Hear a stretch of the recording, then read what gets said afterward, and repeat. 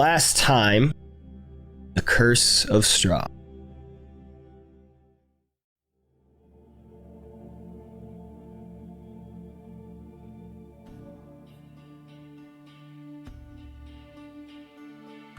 Within the library chest that Ernest had opened was found a number of blank leather-covered books in black, spell scrolls, and legal documents.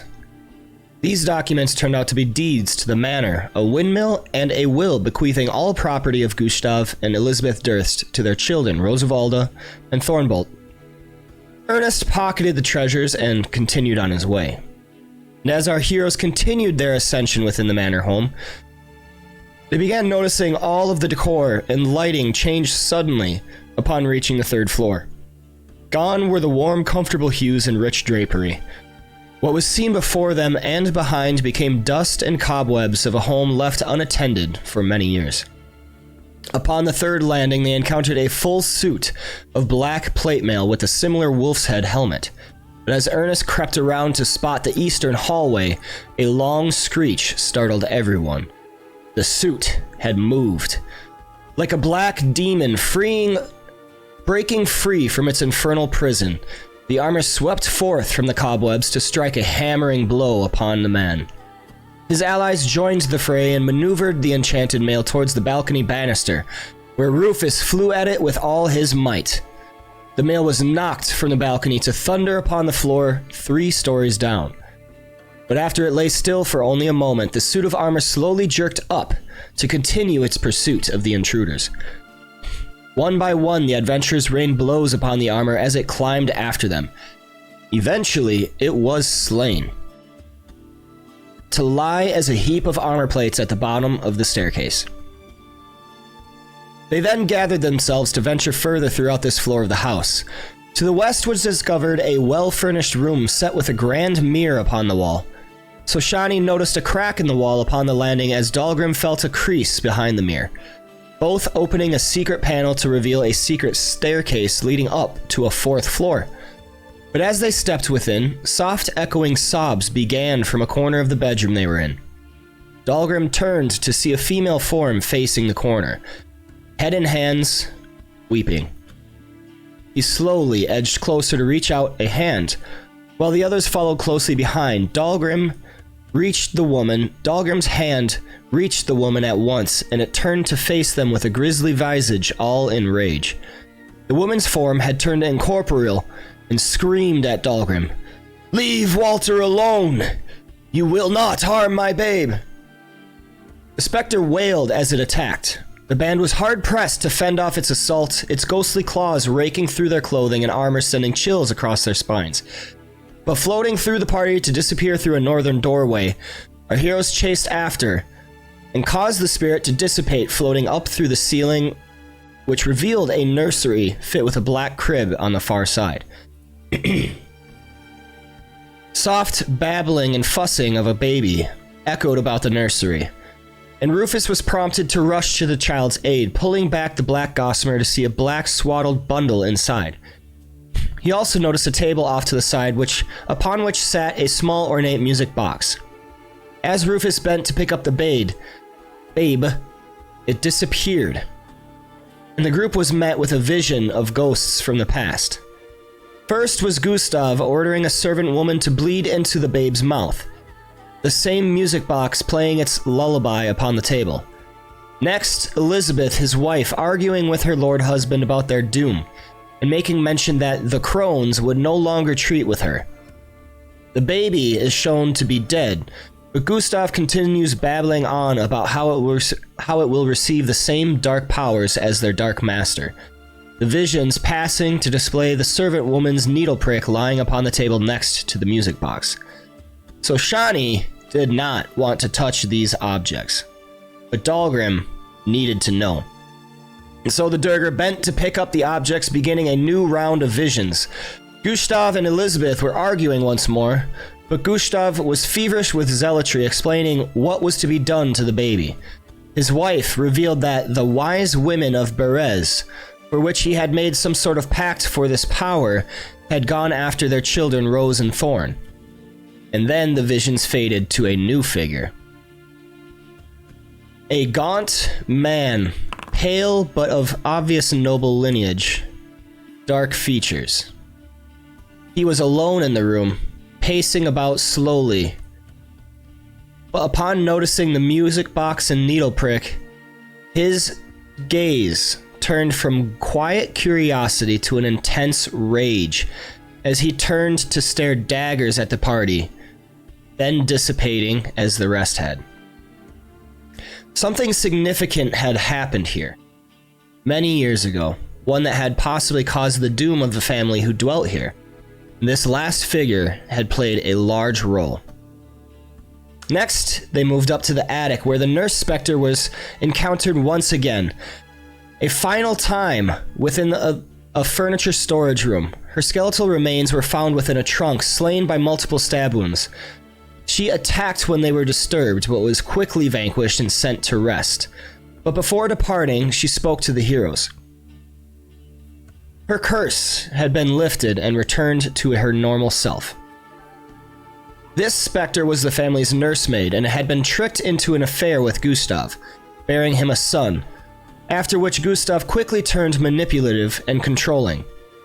He forced Mira to drop her own blood into the babe's mouth while it slept. She resisted and was murdered and sacrificed by the Durst's cult for doing so. Last she saw her babe, Walter, was brought down into the basement. She also recalled the children being locked away in their room for safety one evening when the cult congregated. All had moved into the basement, the entry of which was kept secret somewhere in the attic. Mira also spoke of the Dursts drawing the ire of their dark master, Strahd. They had slain a few adventurers, his playthings, and made pact with the wise women of Berez. Strahd had come to slay them all in anger for their crimes. Next, our adventurers found the ghost children in their bedroom. Two small skeletons found laying in the middle of the room as two ghostly apparitions appeared before them. Rose and Thorn knew they were dead and revealed the secret entrance to the companions, who then moved to find the secret stairs but were stopped by the children, wishing not to be left alone again. Both children disappeared as Ernest and Rufus jerked back from the exit door. They began to hear the voices of the kids respectively in their own heads. After finding the secret stairwell, our wanderers took an opportunity to rest before setting forth. And thus brings us to the present moment, where our heroes have descended the narrow spiral stairway leading down into darkness. Thick cobwebs filled a stone-mortared shaft fitting the rickety wooden stairs, and after about 50 feet, you all emerge onto a floor of damp stone. A narrow tunnel stretches south before branching east and west, and ever so faintly hanging on the air, stifled and choked with ages of neglect, you hear rhythmic chanting. Too faint to discern any words or direction from which it comes, it echoes incessantly.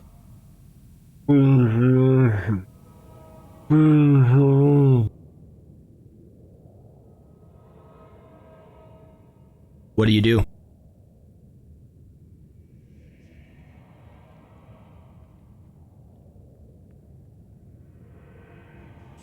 You're extremely quiet. Oh, okay, cool. I heard what you said, though, so you didn't get away with it. Yeah, you're super quiet. Also, have a number of Twitch advantages given out. Let's see. So Shani is given advantage by Twitch. Ernest is given advantage. Ooh, thank you. Let's see. Rufus, Rubicon. I feel like when Squeege goes on a point rampage, should we call it a Squeege page or a Ram Squeege? Ram Squeege. All right. Let me know what you prefer. Can you guys hear me better as my yes, my volume that is better? excellent. Yes. Excellent. Yeah. Okay. Game changer. Cool. That. Shawnee, Ernest. I don't know if you saw this, Noma, but he said he tried to redeem for Rufus and Rubicon, but they don't exist. Like, they don't come up.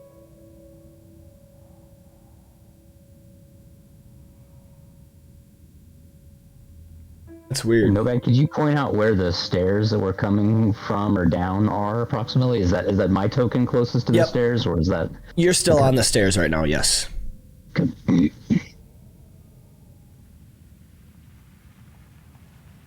How is it they don't... That does...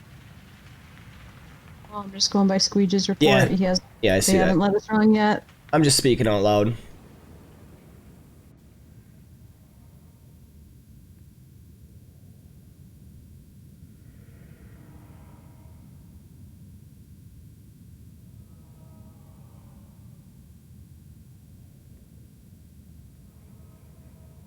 I'll just like take the points. All right, so what are we doing? Hey, Nomad. Yeah. I got a mechanic thing. Also, thank you for the advantage attempt at least. Thank you, appreciate that. So on my spell slots, it looks like I can't. I can only see one spell slot that's checked, and I can't uncheck it. And then for the meta magic, the points are. Oh yeah, you got more. 3, right? Or wait. actually, No, it's don't two, you, I think. 2, right? Yeah. Yeah. Okay. What about the points for that then? Can you not? I can't see Oh, because you're. Did you update? I did this. Okay. Yeah, like at 7:30 this morning. Should I jump out and jump back in, or update and jump back in? If you want to, otherwise, I can keep track of the stuff. You don't have to worry about it. It won't be game breaking as long as like the mechanical stuff works. Cool. I think. Well, Rubicon converts 2 of the spell points into a first level spell slot. Okay. Got it.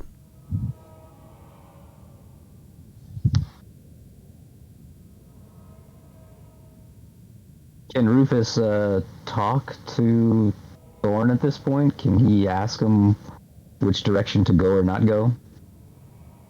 Sure.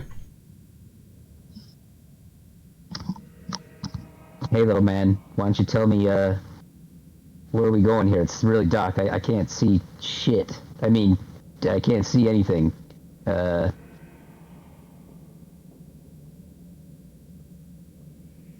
should we go? All right, I sent you the whisper. Come. I don't know what Rose is. I'm gonna. Do I recognize that Ernest potentially had the same reaction that I did up on the top of the attic earlier? Yeah, make me an insight check. So I should be good with rolls and stuff. Everything like on the PC is working a lot better, so bear with Okay. me. But yeah. Glad to hear it. Oof. Good with rolls, huh? this Pretty normal. Yeah. This experience is kind of shaking you. You're getting a hard time kind of focusing in your own head with this voice. You haven't really noticed Ernest. You're not sure. Okay. I don't know where she is, man. What's the best thing to do is just stay low for now and shut up.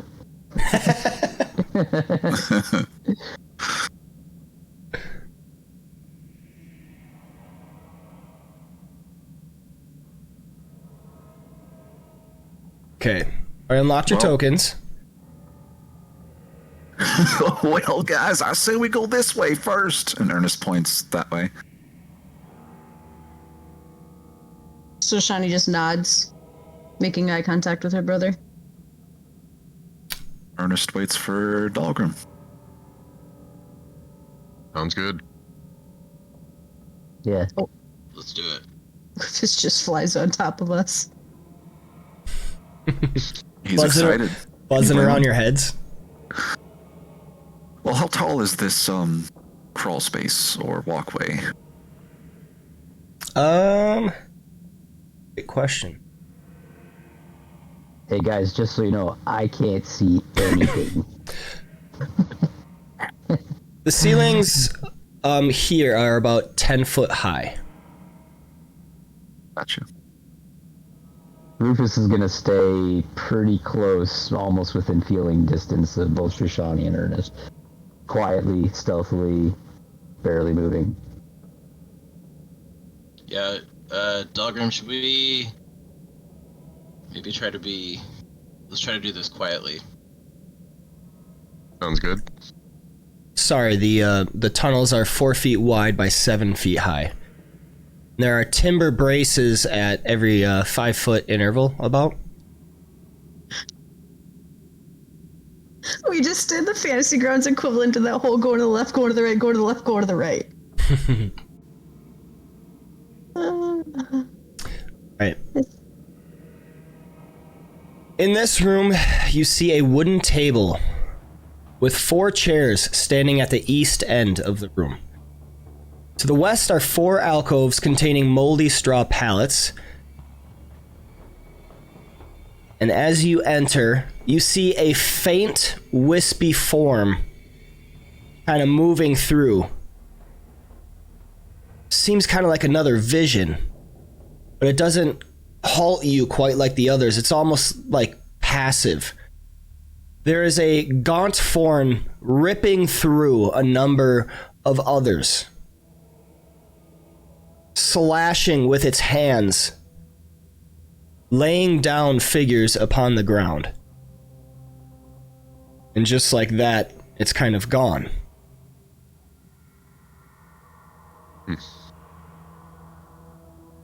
Disturbing.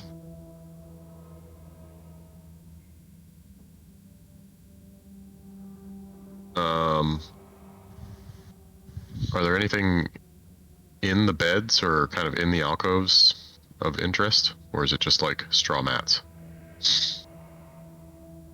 It pretty much just looks like straw mats, very old and kind of mildewy. If you want to actually check, I won't have you make a roll. It's just spending time to check. I don't think we need to dig through mats. At least I'm not particularly interested. Not yet, anyway. Yeah, if we're looking for something. Right. I just want to make sure, from a game mechanics perspective, I'm not supposed to see anything, right? It's pretty much just my token and your guys' tokens. That's all I can really see. Is that how dark it is in there? Yes, so it is in complete darkness right now. Okay, cool. Dahlgrim I'm says to the basically party- leading Sushani. She's gonna have her hand on her brother's sleeve.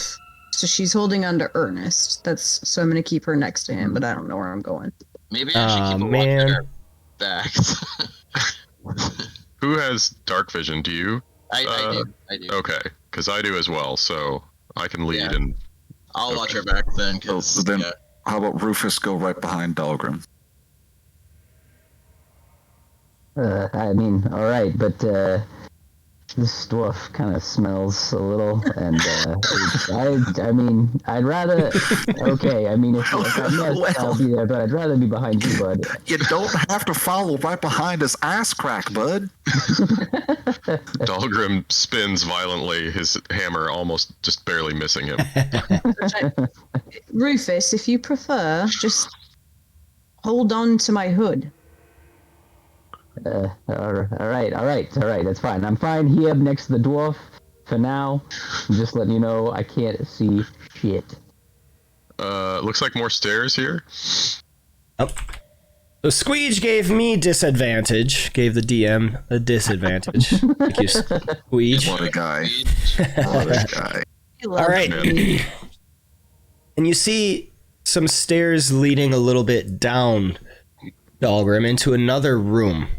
It seems a little bit more open. Do you go down? I turn to the party. Do we want to go down more or finish investigating this floor first? Oh, sure. Well- let's go further down into the darkness. Yeah. There are only 2 of you that can see, so I believe our judgment falls upon your sight. We can't be much use for investigating right now. I say let's turn around and check out the rest of this floor. All right. All right.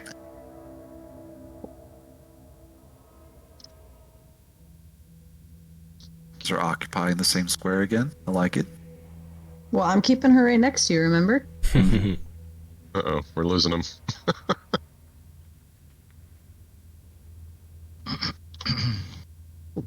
So remember, I only have like 10 feet of vision, so I gotta like actually go everywhere to see everything. All right. Dahlgrim. Shawnee starts tapping her. Oh, never mind. Dahlgrim, as you move over,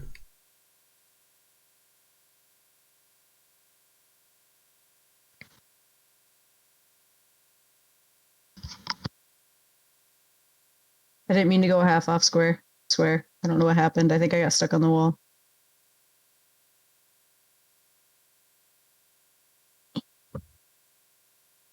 okay. As you went over into this area, Let me step, Nomad. I'm stuck. you see that several crypts seem to have been hewn from the earth.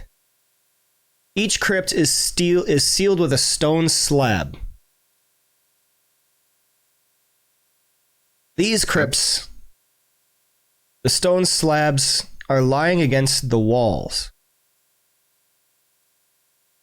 Do you investigate? Yes.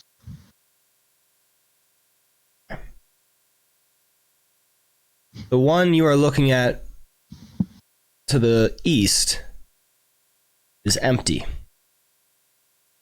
Looking at the stone slab, it's just a blank, normal stone slab. Nothing really significant. Okay. And the other one? Looking at this one,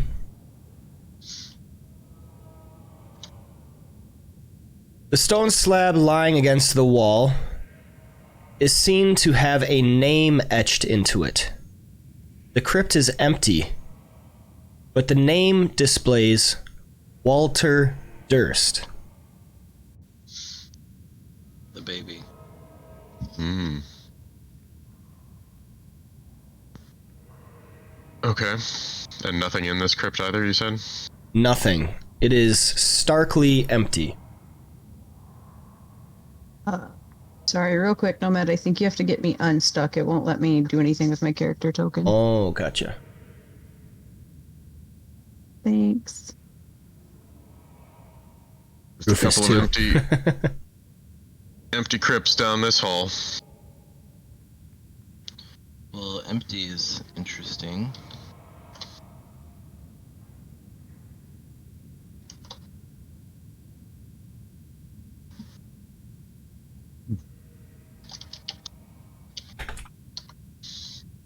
Ernest waits patiently for Rufus.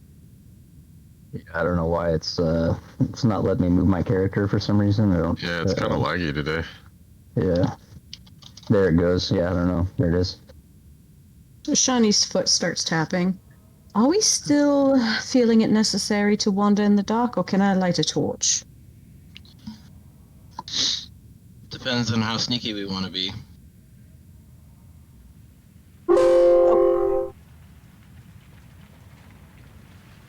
I think I've found more crypts. Well, none of us are rolling stealth checks, and we're talking out loud. I think we're trying to be stealthy.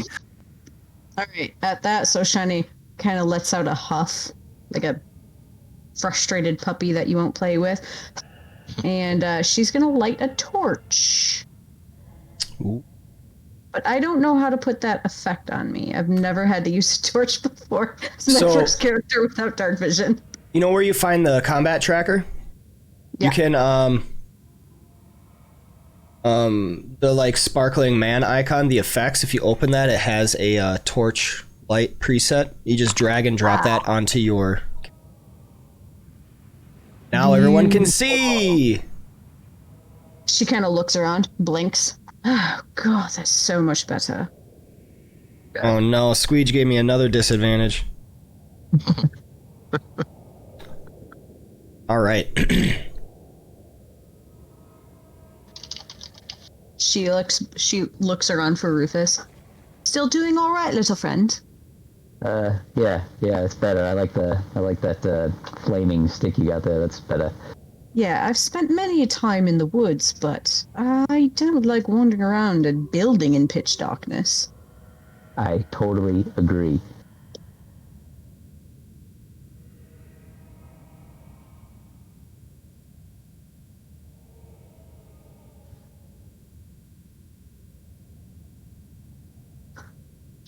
And she noticed that she kind of wrinkled her brother's sleeve with how tight she was holding, so she kind of like smooths it out. Sorry, brother.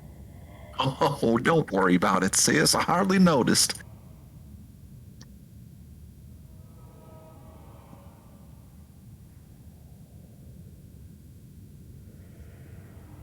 Right. As you go into this area, you see more crypts, but the doors are closed. As you open the eastern one, you see the stone slab etched with the name Gustav Durst.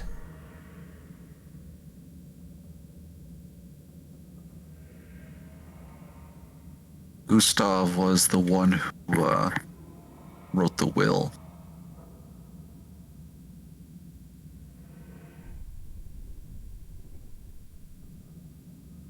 So he's the granddad or grandpa? He was the dad. Yeah. And they left everything. The dad was Gustav, the mom was Elizabeth, and they left everything to Rosavalda and Thornbolt. Yeah, I don't know where we're going. I just know that this place is a little bit better than that other crypt. I That thought Walter's crypt was freaky. Yeah, I thought Walter was the dad. No, Walter, isn't that the little baby? Yeah, the baby. Ah, okay. With the housemaid? I don't think we should go back there. This little guy is pretty freaked out from that other place. Do you open the western door, Pilgrim?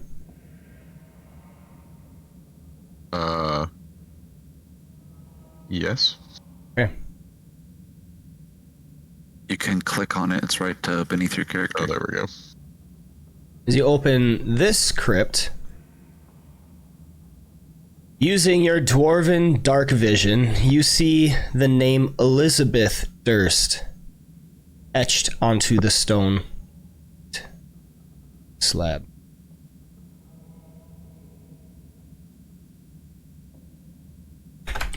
Well, are we grave robbers or not? Yeah, heck no. Man, you better not touch that thing. Let the dead rest in peace.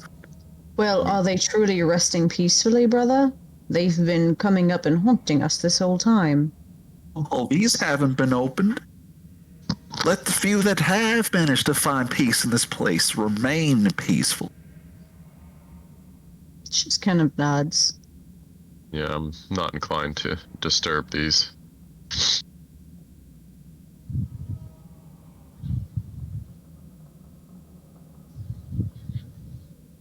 And Fantasy Grounds isn't letting me select my character token, so I don't know what's going on.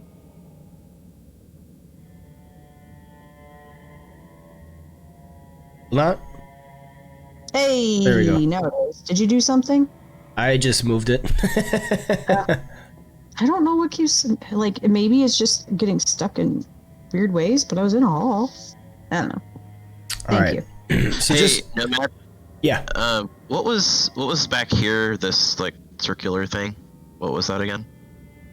Stairs we came down. Oh yeah, it's the These guys. stairs that you came down. Yep. Oh, those are stairs. Okay, cool. Thanks. All right. Reminder: whenever you enter a new chamber, try not to move around too much. Let me describe. Oh, sorry. Yeah. Yep. No worries. All right.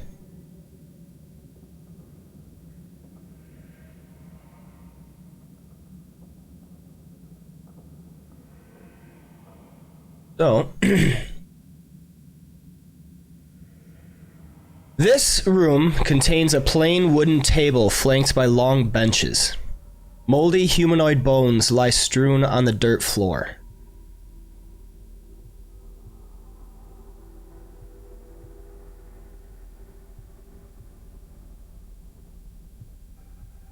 This place is creepy as shit.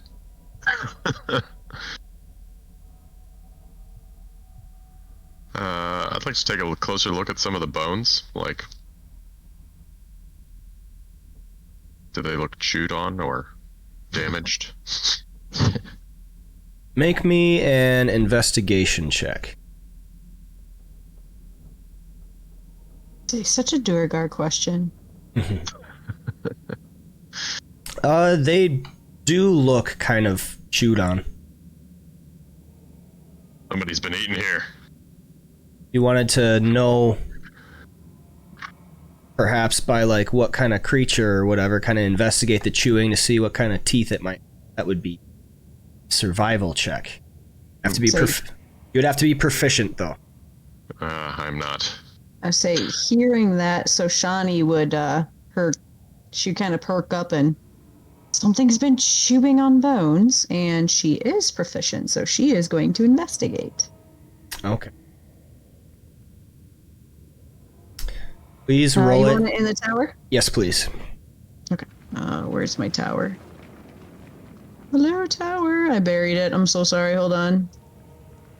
I have a very small screen on a very old laptop, so it's a little bitty baby. Alright, survival in the tower. There you are, sir. Was that you wanting to give guidance, Rubicon? I was trying to remember how to cast it on to someone. That's sorry. Yeah. That's many times. When you click the button, so guidance is a target, I think.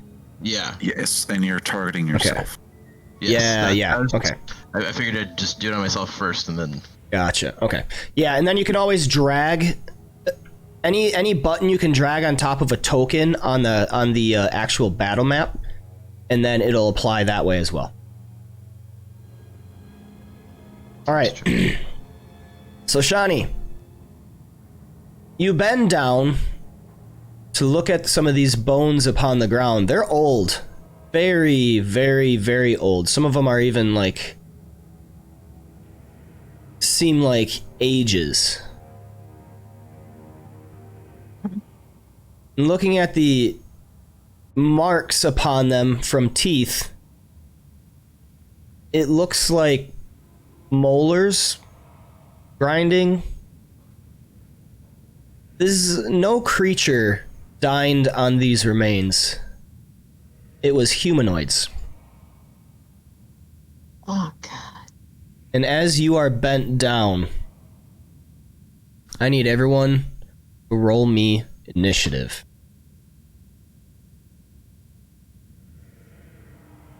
Just for flavor's sake, when Soshani looks at these, she does, she picks them up, she sniffs them, she runs her finger, like she all but like licks these bones, like she's looking at them so intimately.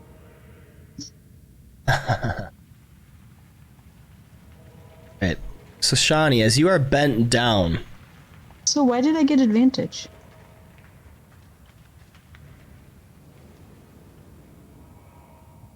Chat's advantage? Did you use it? But I didn't know. I didn't select to use advantage. I'm not sure. Well, it's up to you. I either have a... Oh, We'll plus use it it. gave me the default. I had guidance, so... Yeah, we'll use it. It's fine. But as you are bent down, suddenly a creature descends from the larder off to the south, perfectly camouflaged into the stone. You see a serpentine form uncoil as it strikes out at you with 4 different tentacles, a beak inside. You are all surprised. Say, all you hear from Soshani before she's attacked is a hiss.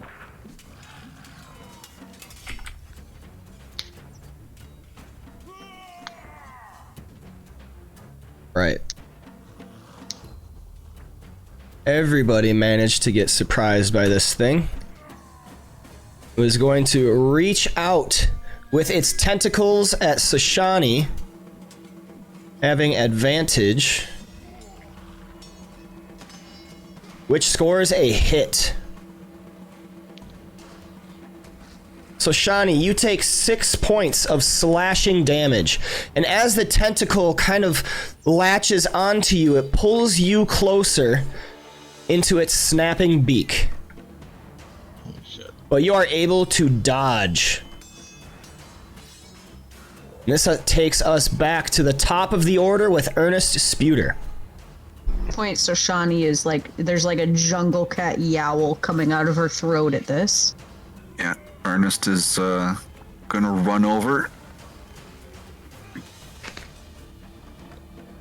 y'all want me to make the noises, let me know. Otherwise, it can get obnoxious. Yes, we Okay. do. So you just hear, And is gonna take a stab at the creature with his short sword. All right. And he's gonna do so with his inspiration at advantage. The Twitch advantage or the inspiration? I'll use the Twitch. Okay. Go ahead and roll again. That is a hit. All right. Roll damage. That's better.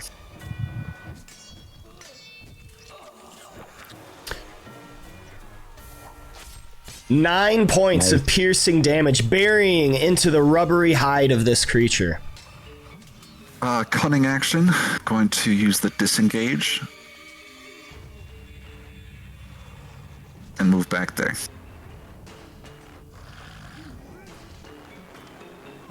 There. All right, so Shani, you received initiative. Alright, so Shani, being completely surprised while she was very focused, you know, she has that yowl coming out, and suddenly that yowl turns into this deep, ferocious growl, and her eyes suddenly turn this amber color, and gray and dark, like black mottled fur starts to sprout, and she is going to use wild shape and turn into a dire wolf. Okay. Nice. Angie. And Nicole needs to figure out how to actually do that. So, all you need to do is you need to hit that first effect button for the direwolf. Boom. There you go. Oh, it's huge. Yep. Damn. She's dead. So, Oh, as look at the puppy. you shift, both the creature and Dahlgrim are pushed to the side as your form grows, breaking the wooden beam.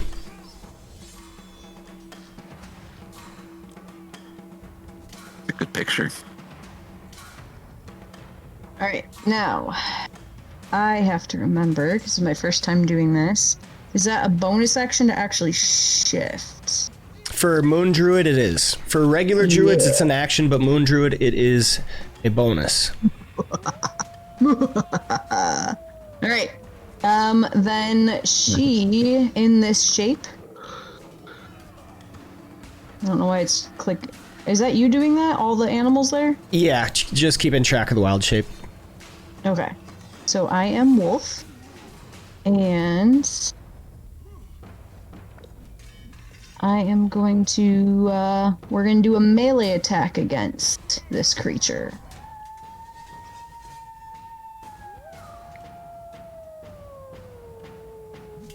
That is a miss. Can I retroactively use my Yes. Twitch inspiration, Twitch advantage? Yes, So just you do may. it once, right? Yep. Okay. Nice. A 23 hits. This direwolf reaches out with a claw, or actually it bites at it, dealing Yes. 9 points of piercing damage. Yep. And then I can't remember. Is the creature now prone? Let me see. Actions. If the target is a creature, it must succeed on a DC 13 strength saving throw or be knocked prone. Yes. The unidentified creature succeeds on its saving throw. Okay. Then that is her turn. She is just there is no sign of Soshani, just this gigantic wolf growling and snarling. All right, Rufus, you've received initiative. What are you doing? Hey, so real quick, just I don't know if this is my audio or not, but the background noise is pretty loud. Is that everybody? Like having trouble like hearing? You can turn Bard down in Discord. Ah, thank you. Yeah, right click on it and then change that volume. Got you, thanks. Rufus is going to rage. He feels like it. So someone just attacked Shoshani and there's this weird ass wolf there.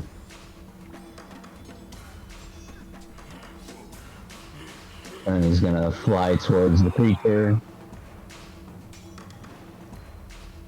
And with his spear and shield in hand, attack.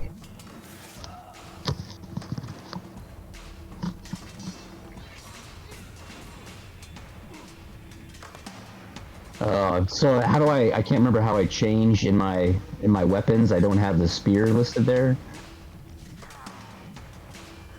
That's because you were in combat mode. So it shows only what you have equipped. If you go to preparation, you can change what you have equipped. I see. Gotcha, okay. Gotcha. Now I got your spear on. Thank you.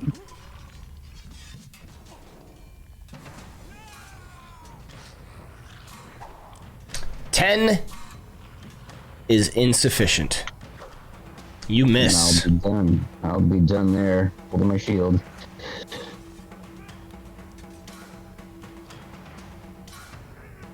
I mean, I'm trying to put the marker to turn complete. Oh, there it goes. All right. The unidentified creature is going to go for the easier target, it thinks. This giant wolf appearing in front of him, but this little fairy has flown close enough that it reaches out with a tentacle. I need disadvantage on that.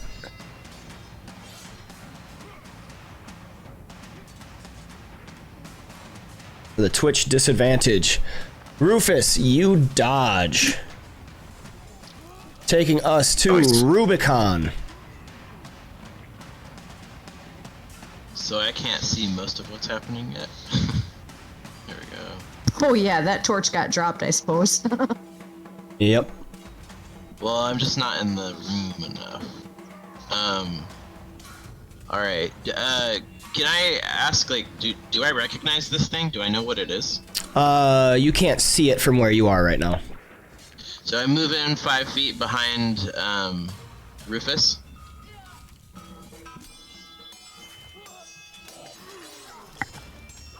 There we go. All right. So, for this creature,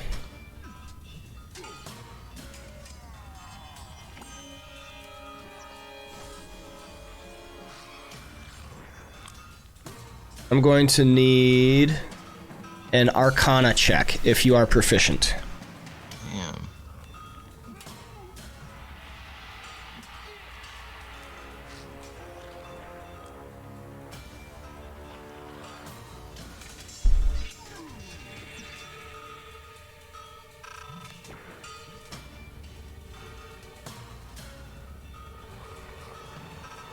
Did it come through? Oh, I didn't see it. Yep. Okay. You know, this is a Grick. Rick. This is a medium monstrosity. The worm-like Grick waits unseen, blending in with the rock of the caves and caverns it haunts. Only when prey comes near does it rear up, its 4 barbed tentacles unfurling to reveal its hungry, snapping beak. They are passive predators. They rarely hunt. Instead, they drag their rubbery bodies to places where creatures regularly pass, lurking out of sight amidst rocky rubble and debris, squeezing into burrows, holes, or crevices, climbing up to ledges, or coiling around stalactites to drop on unwary prey. A Grick consumes virtually anything that moves except for other Gricks. It targets the nearest prey, grabbing a fallen creature with its tentacles and dragging it off to eat alone. Gricks remain in an area until the food supply dwindles, often because sentient creatures become aware of their presence and plot alternate routes around their lairs. When prey is scarce in the Underdark, Gricks venture above ground to hunt in the wilderness, lurking in trees or on a cliffside ledge. A Grick pack is often led by a single, well-fed, oversized alpha around which the others congregate. And over time, Grick lairs accumulate the cast-off possessions of intelligent prey, and expert guides know to look out for these telltale signs. Underdark explorers sometimes seal off the routes leading to and from a Grick lair to starve them, then claim the wealth of the foul creature's victims. Mechanically, they have stone camouflage, which gives them advantage on stealth checks made to hide in rocky terrain. And they can also multi-attack as long as they hit with their first tentacle attack. If they miss with their first tentacle attack, they cannot get a beak attack. Alright, I'm going to cast Fireball at this thing. Alright. And then just making note, Sashani was given another Twitch advantage, and I am given another disadvantage. Hey! I think I'm targeting... am I targeting the right thing? Yep. Oh, sweet. Thank you, Squeege. That is blocked by the Grick's armor.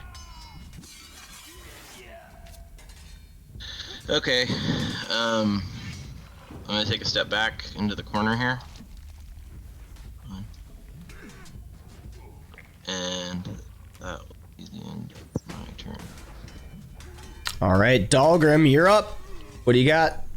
Alright. Is there room for me to get up close to this thing, or is it kind of packed for space here? It's packed. Could he Walk attack? under the wolf. Could he attack like that from the corridor? No, because of the wooden pillars. Okay. Could I launch off of the table and leap over people? So, you can move through an ally's space, but you can't end in an ally's space. Okay, so there's no, not really an option there. Yeah, I think just the constraints of the rules of the game. I don't think you could try to tackle the Grick and land on top of its space. I would allow that. Oof. Or could he, like, run under, so Shani the wolf attack and then run back? Nope. Okay. That would take away from the halfling's trait, I think. Also ending the movement. Yeah. You're square. I don't think I particularly want to land on top of this thing, so I'm gonna try to crossbow him from where I am, if I've got a shot. Yep. Nice. That hits on a 21. 4 points of piercing damage as a bolt shot from Dahlgrim's heavy crossbow buries into the rubbery hide. Alright. I don't remember where the end turn button is. Combat tracker, bottom left. Bottom left. There we go. Alright. So if you have the crossbow out, your warhammer goes away, and then you don't have the shield as well. Fair enough, yep.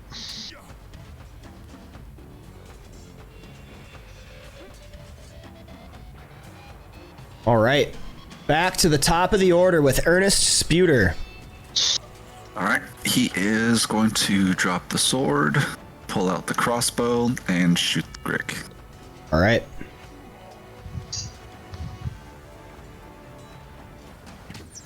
That's a hit with a 16. Take it.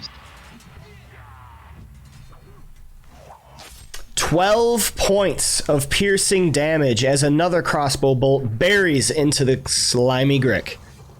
Donk. And he likes where he's at. End his turn. Alright, so Shani, you're up. All right. Wolf Shani once again. She is still targeting. Make sure she's on her.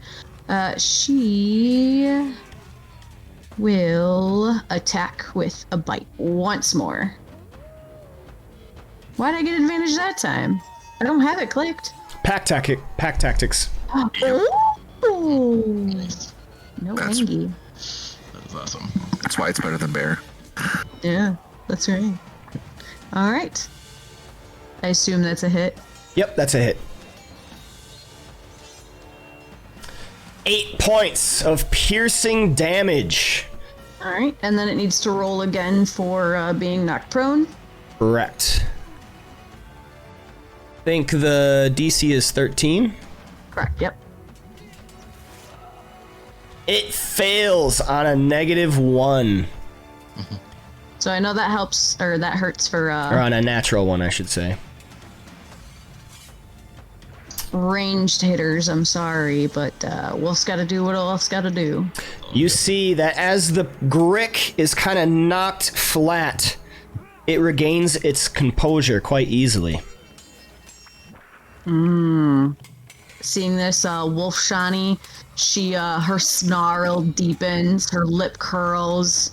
There's saliva just dripping, and she just growls and barks right in this thing's face. That's her turn. All right, Rufus, you're up. Hey, you slimy snake in the rock. I'm gonna just sort of jam my spear towards the beak, drop my spear, and with my free hand try to grapple one of the tentacles and pull it out from where it's at, like 5 feet, 5 feet behind me. So right here.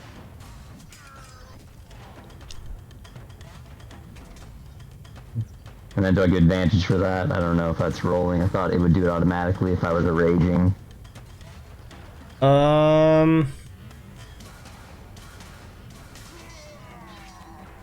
You don't have the rage effect on you. I clicked it. You click the button to you click the button that keeps track of the resource, but not the actual rage. Okay, so go ahead and do that again. There it is. All right, you have grappled the Grick. And so I'm just trying to walk it towards Rubicon, almost. Oh, why isn't it letting me? I just want to take it back 5 feet and into this hallway. For some reason, it's not letting me. There we go. Okay, there we go.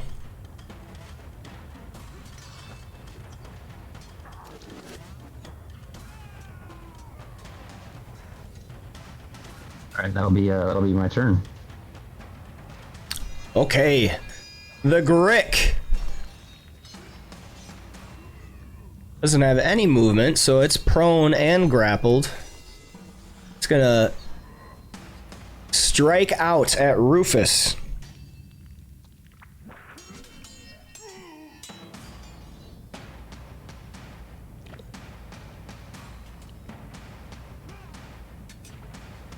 Which Rufus dodges, taking us to Rubicon. I'm at me, you little tentacled freak. Alright. Let's blast this thing. So it's no longer prone, correct? No, it is. It is prone. So it's grappled, so it doesn't have any speed in order to stand up from prone. I see. And it just means I'm rolling a disadvantage. I put my to hit it. gloves that have diesel on them for that. Yeah. What was that? That's what. I'm just rolling a disadvantage when I try to hit it with the ranged spell. Yes. Yes. A ranged attack roll, yes. If you do a saving throw, it does not do the disadvantage. Right? Oh, I see. Well, anyway, yeah, ranged attack. So, firebolt this thing. That is blocked with a 13. And my turn. Dahlgrim, you have an opening. Alright, can I stow my crossbow and get my shield and hammer back out? Not in the same turn. You would have to drop the crossbow. Yeah, let's just drop the crossbow then. Okay. And hammer attack this guy. All It's right. hammer time. So, shield, do you equip or do you don that, actually? I think you don shield because it's armor.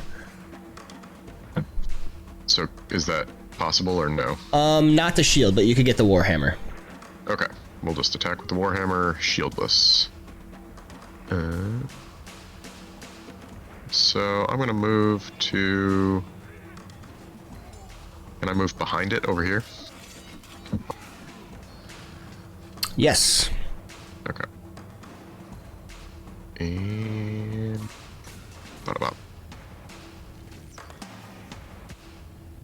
That is a hit with a 23. And 4 again. 8 points of bludgeoning damage as Dahlgrim smashes his warhammer on top of the creature. And that will do it. Well, Shawnee lets out a.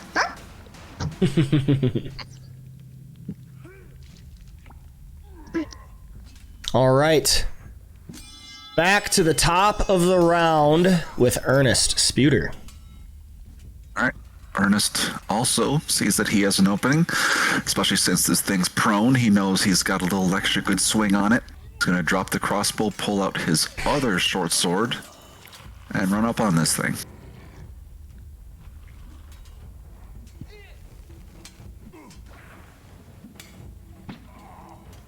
Nice. That is a hit with a 20.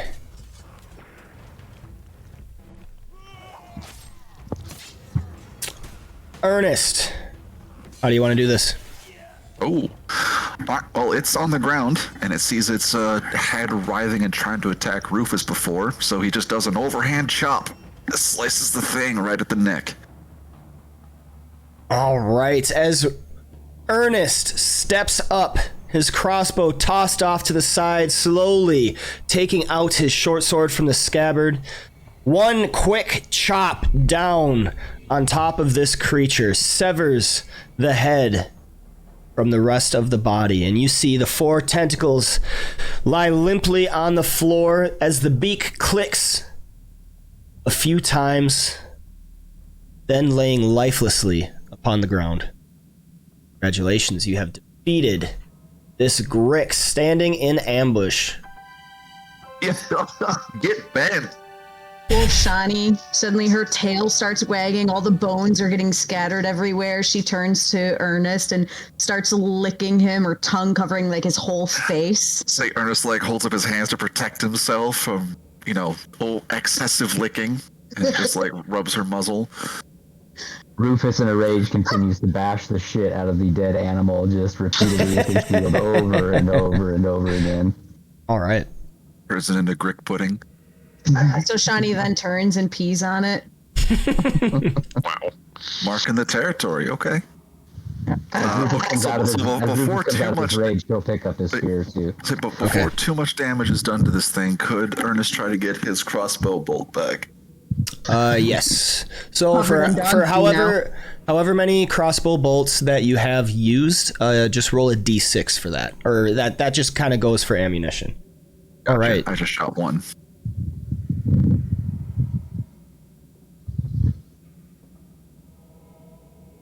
All right, both of you recover all of your ammunition. Wait. Nice. All right. Then Ernest will go back and pick up the short sword and the crossbow that he dropped. Okay. And then for shield, it's just an action. It's an action to doff and don. Okay, good to know. Thanks. So I'm gonna get my shield back out and pick up my crossbow. Okay. Say when Ernest moves, so Shawnee is going to kind of move and like peek in the hallway, and her ears will kind of go back, her tail between the legs, like, I won't fit through there. She kind of looks at Ernest, looks at the door, looks at Ernest. It was a really good move, turning into that wolf. That was super useful, but I don't think you can fit through that hole.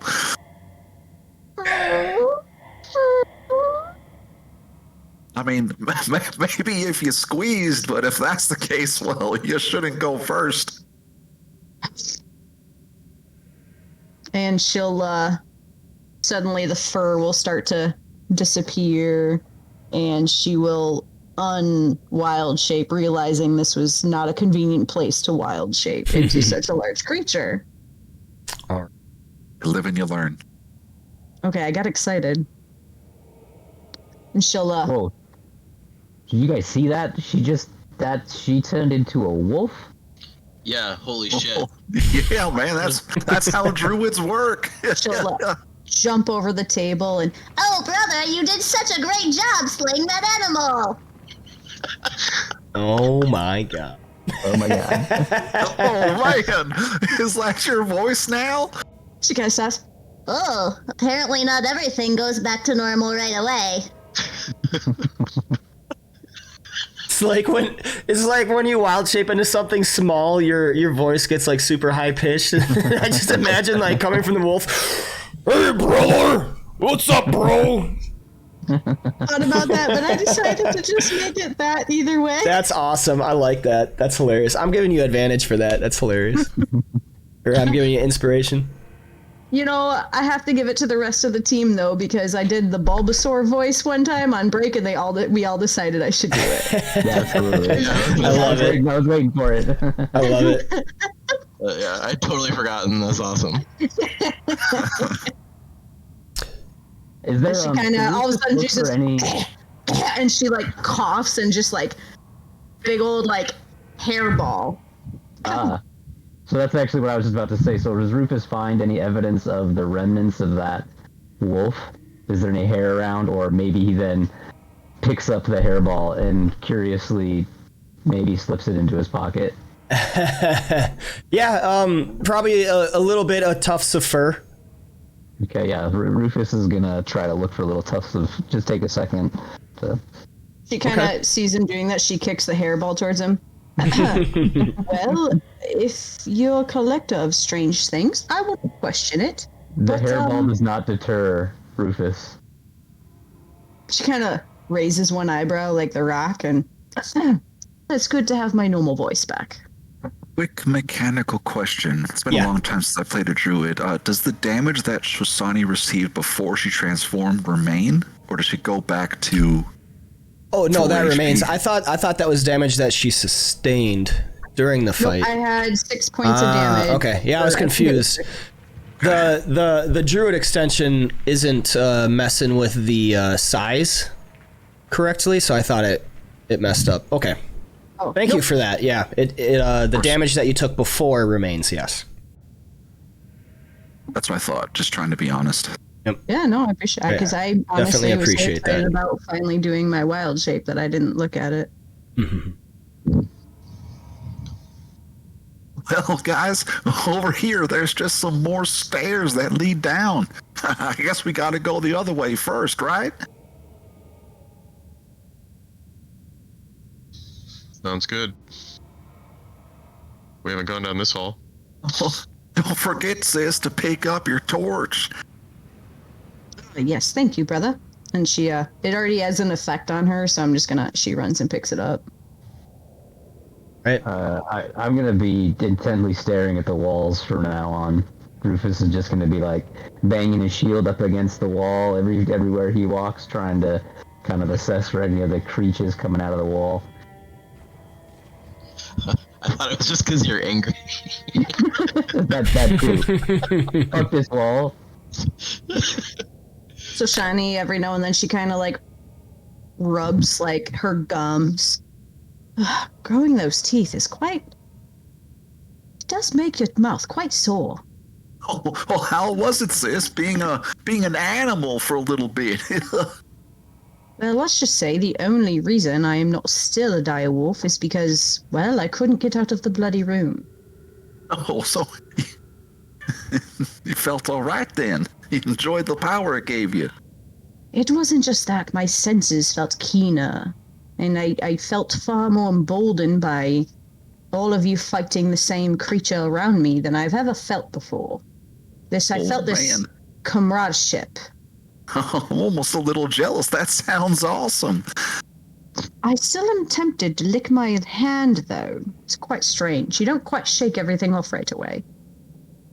So, is Rufus just going to occupy 2 squares no matter what now? No. I don't know, it's lagging. No, doing weird stuff. that's me. I was waiting for you guys to stop. All right. Oh, As you move further into this other tunnel passageway, Dahlgrim, you get to a midpoint. There are 4 ways to go. further to the west, down south, or north, down a set of stairs. But as you reach the midpoint, the ground before you begins to move and shift, and the dirt floor uncovers to reveal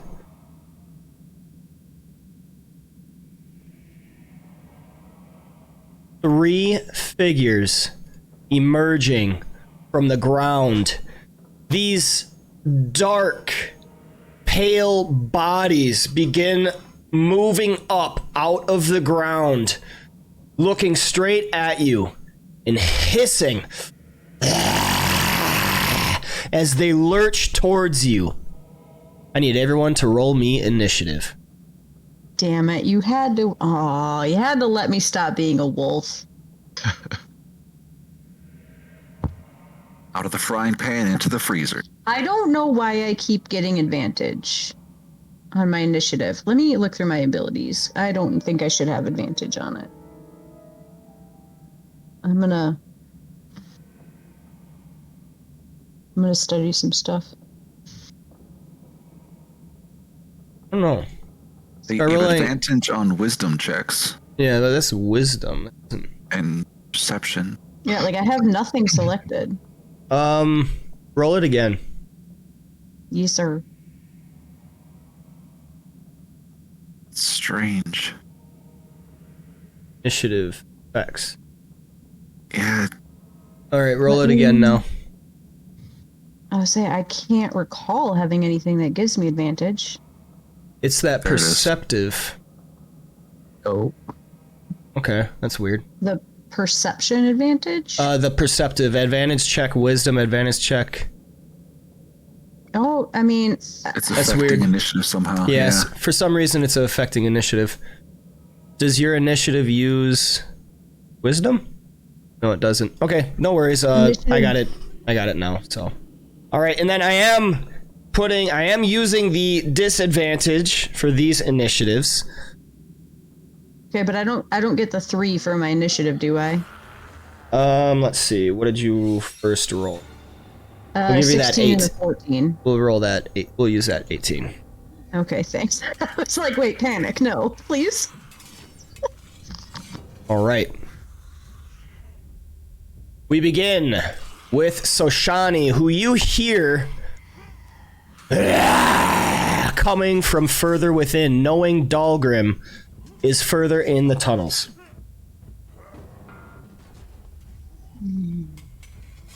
So I can see the unidentified undead 4, correct? No. Oh.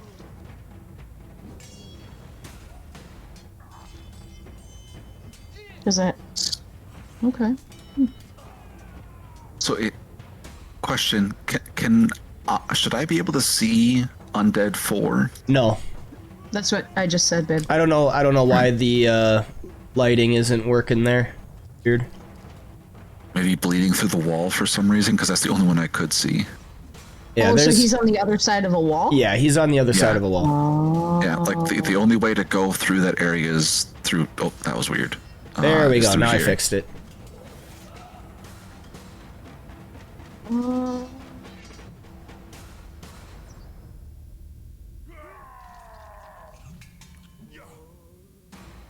All right, so Shani, what are you doing?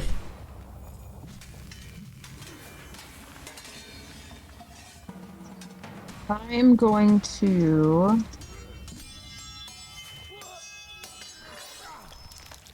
Oh my gosh. I have no idea. She's gonna step here. And having no idea what is up there, but having seen, like, that creature didn't leave those gnaw marks on the bones. So she is gonna target these 3 around her. Knowing that they get up there and Dahlgrim's out of her reach, she is going to cast Protection from Good and Evil on them. You cannot see Ernest. Why? So the wooden columns, the wooden beams are preventing that. All of these marks are wooden beams. And there are 2 wooden beams around that corner. So you actually can't see Ernest from that position. You'd have to move there or something. Well, it's touch. That's why I was going there, so I could touch all 3 of them. Yeah, you can't touch Ernest. Protection from evil and good. Then I wouldn't use that. You can't do that on multiple. Yeah, it said 3 creatures. Oh, one. Oh, no, I don't know what I was reading. It definitely says 1. Definitely One willing says creature. 1. I don't know what I was reading. I'm so sorry. I think I was thinking of 8, and my brain was just like, well, that's right. Yep. Okay, so who do you want it on? She's gonna put it on Rufus then. Because Okay. he tends to get angry and get up there. And she knows how afraid he gets. And so she'll touch Rufus with this. Did you already put it on him? Yep. Yes. She'll touch Rufus with this and make eye contact. Rufus, be there for my brother. I cannot become a wolf again. I'll be useless. It's too tied to space. I implore you. Damn, I feel good now. What'd you put in that? That's pretty sweet. I don't know. My training that I undertook gave me the ability to protect one from the influence of undead and other ill-meaning creatures. Sure, whatever you said, that sounds great. But if I feel really good. I don't know. Alright, and Fantasy Grounds isn't allowing me to grab my token, but she's gonna move 1 square 5 feet to the right, Nomad. Okay, and then that will be her turn. Okay. Dahlgrim Darkstar. What do you got? Dahlgrim, what is it? Yeah, so if I want to make a check to like see if I know what these creatures are, does that take an action or anything? No, you can just do that for free. It's whether or not you know. The only thing I will say is that you have to be trained in religion. Religion. Which I am not. These are common enough. I'll let you make a religion check. Okay. Probably would know. These are hearsay. You do not. Unfortunately. Guess I'm not that smart. Okay. How many are there? So if I stood back 1 step, I wouldn't be able to hit this guy here, right? Undead 3. I'm sorry, repeat that. My mind went dumb. If I moved back here, north, I wouldn't be able to hit anybody, correct? Correct. Okay. Let's retreat back to the other chamber. Yeah, that's probably a good idea. Yeah, get the fuck out of there. Yeah, look at it. Okay, so he turns around. I'm gonna turn and kind of wave at the rest of the group and just be like, back, and push back past them, I guess. Boy, that seems very cowardly.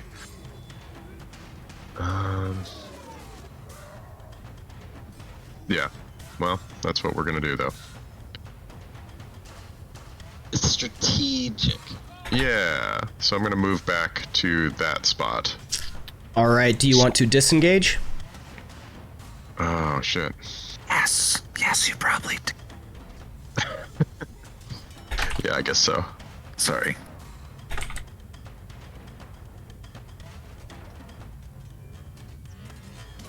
What do I have to do to disengage?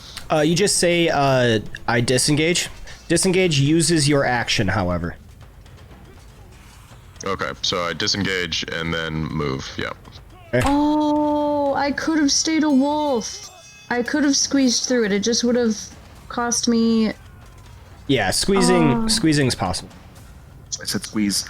I thought you were kidding. I didn't think I could. That's why I switched out. Oh. It's okay. You live, you learn. Thank you, Squeege. Lesson learned.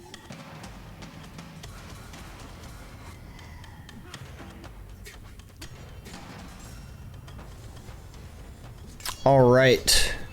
Anything else, Dahlgrim? You still have a bonus action. I guess I'll ready an attack. If somebody comes through the door and into my range. Does readying? Do you need an action? Okay, Yes. because it uses your reaction when it goes off. Okay, yeah. So you used your action to disengage, so you can't ready. Oh, I thought you said I had a bonus action. Yeah, you have an action is different from a bonus action. So, okay. for you as a fighter, you really don't have a whole lot of stuff for bonus actions right now. Okay.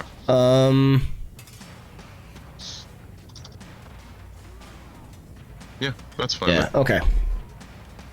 Unidentified undead one is going to go running after and end up right here, seeing Ernest. It's gonna rake out with a clawed hand, scoring a natural 1. Hey. Missing. All right. with Another undead. It's gonna go running up. Ernest, you see another undead appear around the corner, just barely visible. They're all raking at each other, trying to get through, but they cannot. Ernest, you have initiative. All right. Ernest is going to use his bonus action, cunning action, to disengage. Okay. Movement to move here. Action to ready an attack for the first enemy that he sees within melee range with his short sword. Okay. End turn. Oh, I'm so sorry I keep doing this, but Nomad, I don't, because of my stress level, I had advantage. Yeah, that's what we went over. Your perception. Okay. Yeah, perceptive. That's Yes. the affliction that you got from the stress level. Yes, Yep. I forgot it was from stress. Okay, but Yep. yeah, that shouldn't count for initiative. All That right. makes- The undead creature moves to the end of the doorway with Rubicon right in front of him. He's going to make a claw attack. Missing, taking us to Rufus. Alright, so, incidentally, a bizarre sort of, if anyone noticed, quick calm comes over Rufus as soon as Shoshani passes that protection from good and evil. His face almost changes slightly, and then you can hear him sort of muttering, "Where are you, buddy?" And with that, he then sees the creature kind of approaching the doorway, and feeling a little bit more emboldened, will attempt to go forward. I guess there's probably no way through, so from what I can tell, there's actually nowhere I can have a direct melee attack with the spear or anything, right? Correct. Okay, so he's gonna fly over to the table here, and with his shield in his left hand and his spear in his right, he's going to throw the spear at the undead. Okay. Let's make that happen. So then I can change.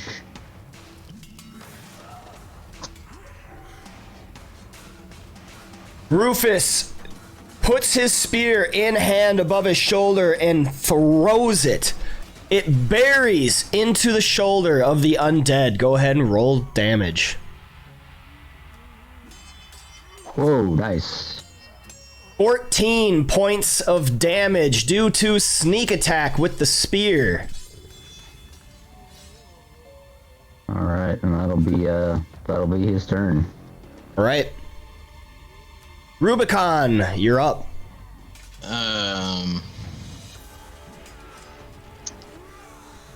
Okay. We still don't know what these things are. Correct. Do I know what it is? 'Cause Roll I me do- religion.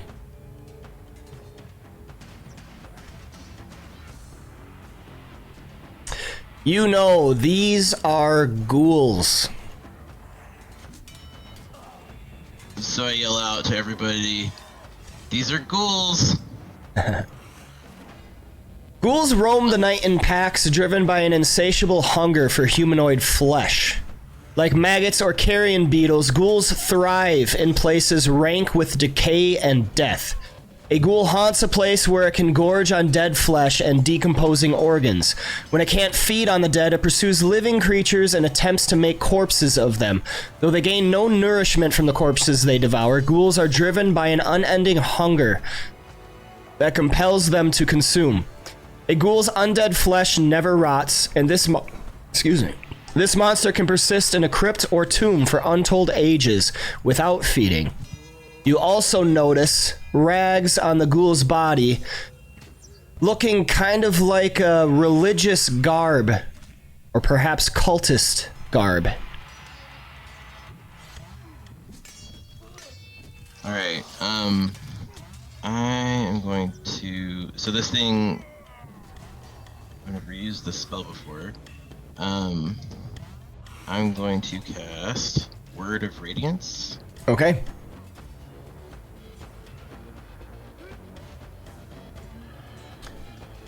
It rolled a natural 20, succeeding on the save.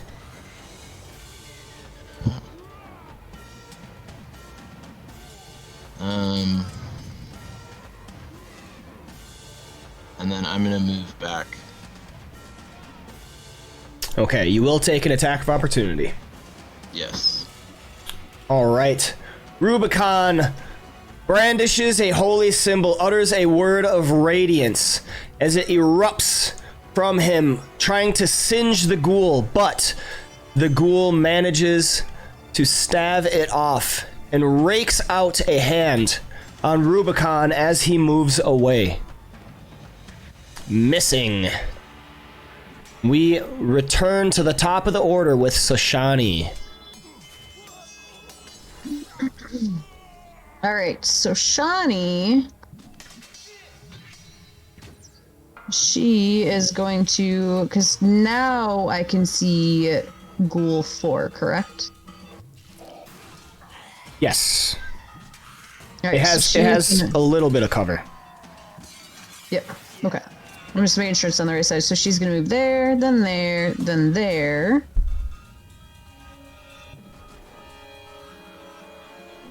And let me make sure I do this right.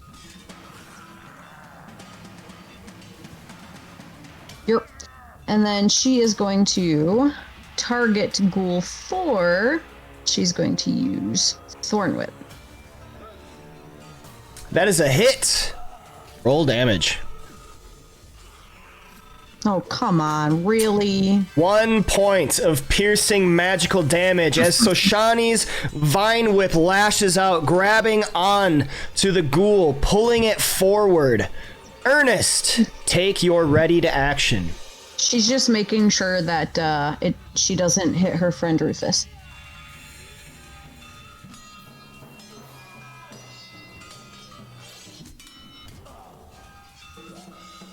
Ernest capitalizes on the moment, trying to stab out, but unfortunately is not able to.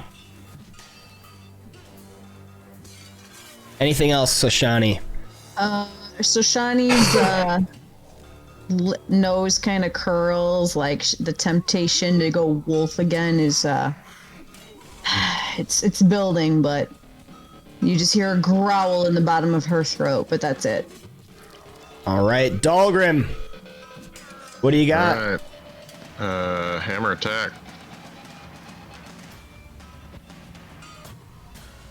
That is a hit with a 16. Roll damage. Dahlgrim smashes his hammer on the ghoul, breaking its skull as it perishes. Nice. Sweet. I'm just gonna stay there. All right. Another ghoul moves out from the doorway, going straight for Rufus, clawing at the fairy. Blocked by the fairy, taking us to Ghoul 2, who cannot move further within. Same with Ghoul 3. Ernest, you have received initiative. What are you doing? Targeting Ghoul 1, swinging with the short sword. That's a hit with a 23. Nice. Oh, 7 points of piercing damage. is it still vertical? Yes. All right, he's going to pull out his other sword and do an offhand attack against it. All right.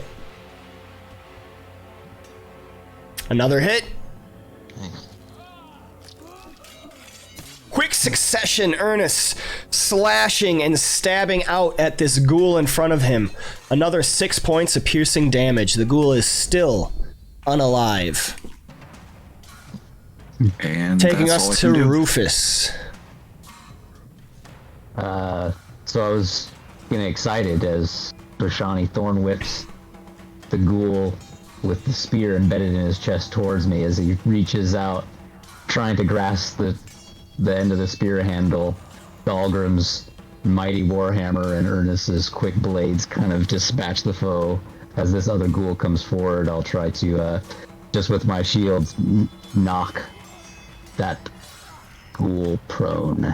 All right. So, Trying to hopefully get to my spear at some time. yes.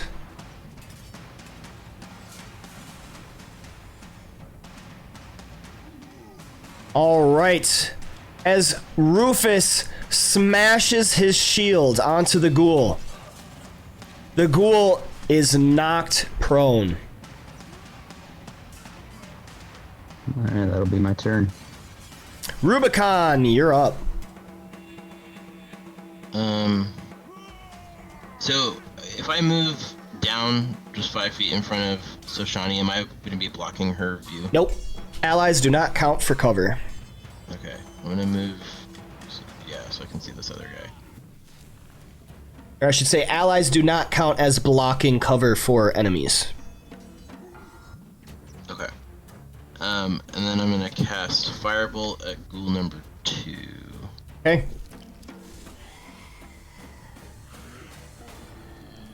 That's a hit. Great. Firebolt, shooting out, bursts upon the ghoul, dealing 3 points of fire damage.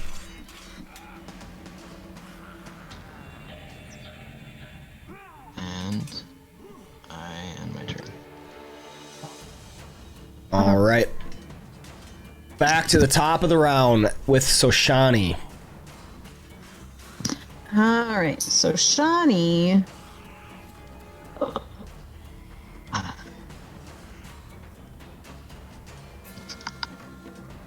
She is going to. I don't know how this is going to work. Nicole doesn't know how this is going to work, but she's going to back up to 10, 20, 30 here.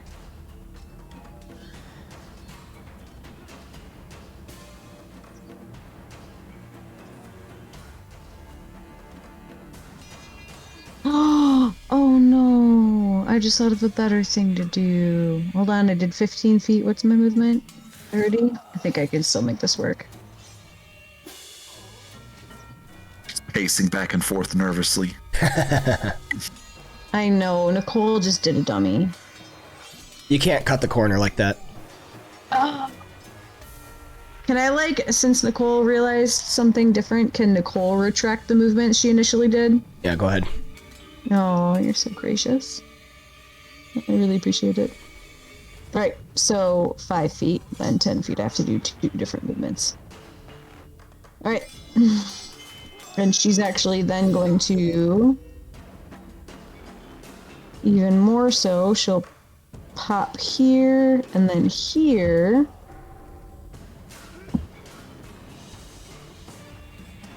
Oh, my fantasy grounds keeps... Okay. Can I see? Nope, I'm cutting it off because these giant wood pillars. I have to remember these giant wood pillars are giant wood pillars. Can I still see Ghoul 2 from here? Yes, but it has superior cover. Superior cover? Yep. Okay. Then I'd want to go retract 1, so I'm right below Rubicon. But once again, Fancy Grounds isn't letting me select my token. All right, no more movement. Yep. Nope, I know. I appreciate it. I keep forgetting that these giant wood pillars are giant wood pillars.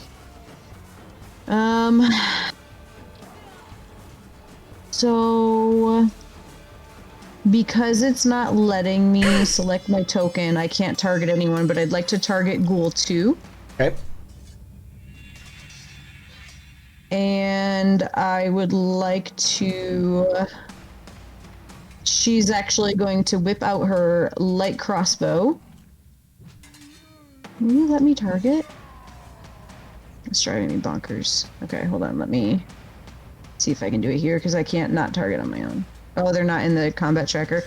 She's going to target Ghoul 2 and fire her crossbow at it. Okay. So I don't know if you can do that for me, because I can't target since Fancy Grounds won't let me select. You targeted him. Did I? Yep. An 11 misses. Okay. Well, that's enough time for my turn. That's all she Dahlgren, does. you're up.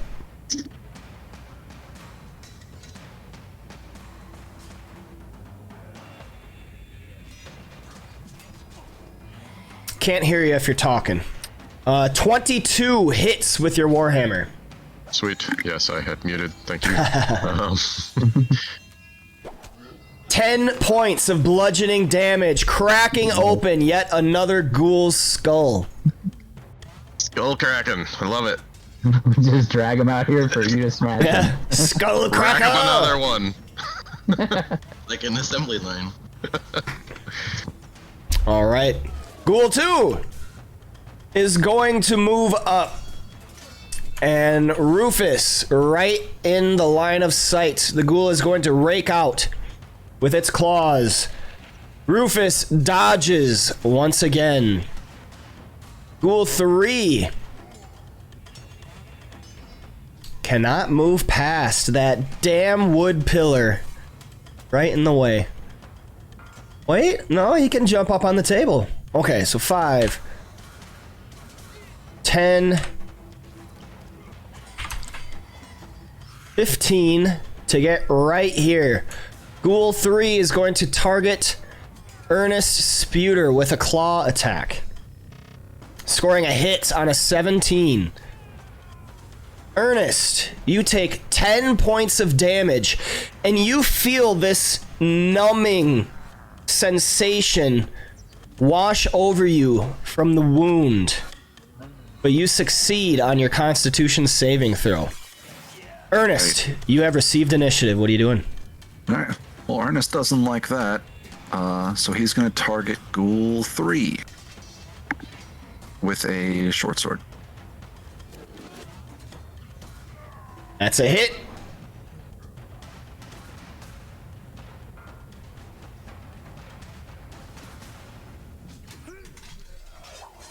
Ten points of piercing damage. I think we're pretty much in stand-and fight mode, so he's going to swing again. Offhand. Another hit. All these 11s. Take it. 5 points of damage. The ghoul is still upright. All right, and he likes where he's at. All right, Rufus, what do you got? Hey, so he was attacking Ghoul 2 right there, or Ghoul 3? Rufus was attacking Ghoul 3. Ernest, okay, yep. Then I will... And I don't have access, or I can't see my spear at this point. I'd probably take an action to pull the spear out of the body of the dead ghoul. Yeah, it would take an action. You do have 4 javelins, however. Okay, I'm gonna... Since it seems to be working well, I'm going to kind of attempt to shove and knock prone ghoul number 2. And Okay. I'm gonna say ghoul story, bro, as I like jam the shield into him. Awesome. Oh, that's fantastic. You shove the ghoul, smacking it with your shield. It connects and knocks the ghoul prone. That'll be it for me. All right, Rubicon, you're up. Okay, this Ghoul 3, is that 5 feet from me? Yes. Okay, I'm gonna target him. It. All right. Am I targeting it? I can't. Yes, you Yeah, I are. guess Yep. And gonna cast the Word of Radiance again. It fails its saving throw. Roll damage. Yes. 4 points of radiant damage cascades around the creature as it howls in agony. But it is still standing. Alright, I'm gonna end my turn. All right. So, Shani, you're up once more. All right. So Ghoul 3 is right next to her. So Shani is actually going to drop her crossbow and take out her scimitar. All right. And I don't want to target Ghoul 2 anymore. Okay, so it's just not... Okay, so it's still letting me do it. And she's going to attack with her scimitar. All right. Roll damage. Come on, D6s.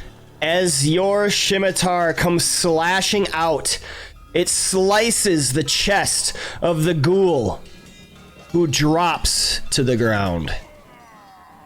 As the body drops, she looks to her brother. On to the next one, brother. And she will move here in preparation. And seeing some blood trickle out of his nose, she is going to target her brother and cast Healing Word. Okay. Nice. That is your last spell slot. Yup. Alright, brother, from here on, shoot, kind of wipes her face. Use those berries I gave you. Dahlgrim, you're up. And he All do right. it. Invoking the spirit of Gallagher. Rest in peace. Yeah, rest in peace, Gallagher. Oh. Wait, isn't it prone? It is prone, Yeah. but he wasn't targeting. All right. Go ahead and roll again.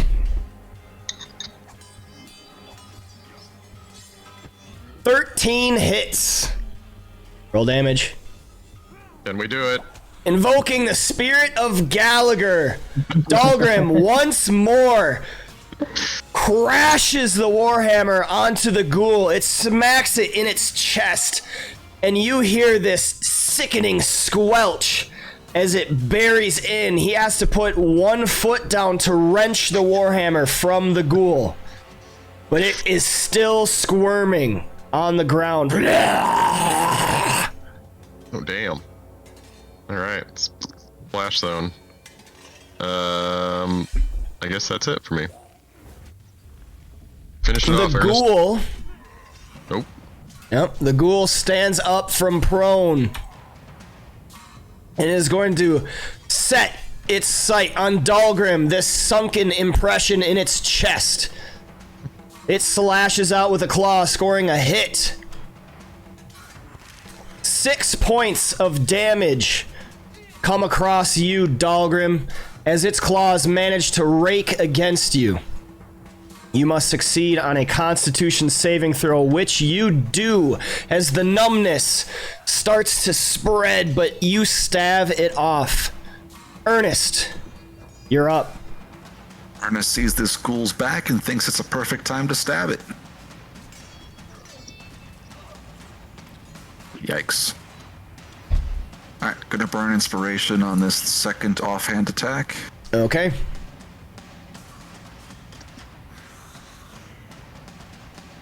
Oh, good thing I did. That's a hit. Oh, yeah. Nice. Nice. 12 points of piercing damage. Poking out with your first short sword, it goes wide as the ghoul jerks suddenly, but your second stab comes out. How do you want to do this? Ernest is offhand attack just goes right in between two of its vertebrae in its spine, severing it. As the blade sinks in, the ghoul stops its thrashing and expires upon the mound of bodies in front of the hallway.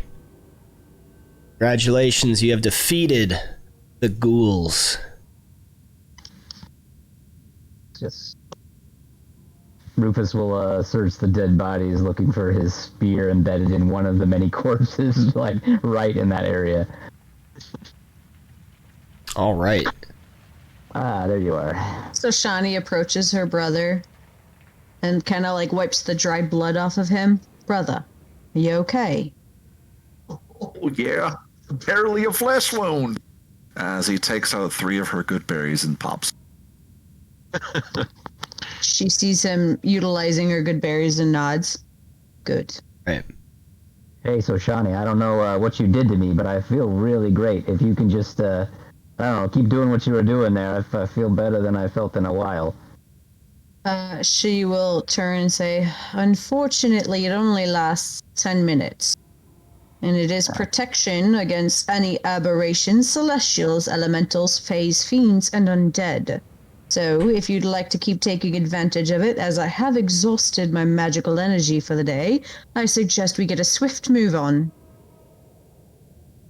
Yeah, what you said. All right, any ammunition is a D6.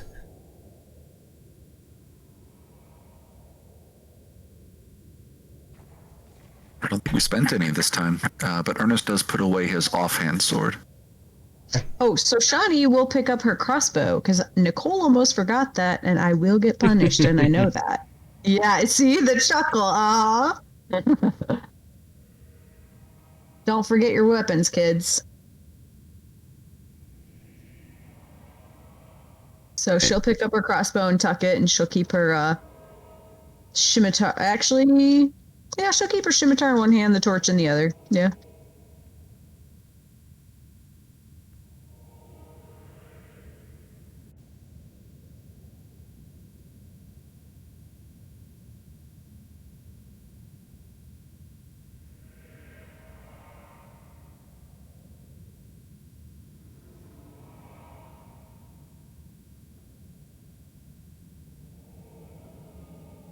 And you stand once more in this room, all the bones about. The chanting off in a distance continues. But other than that, the very heavy silence weighs upon you.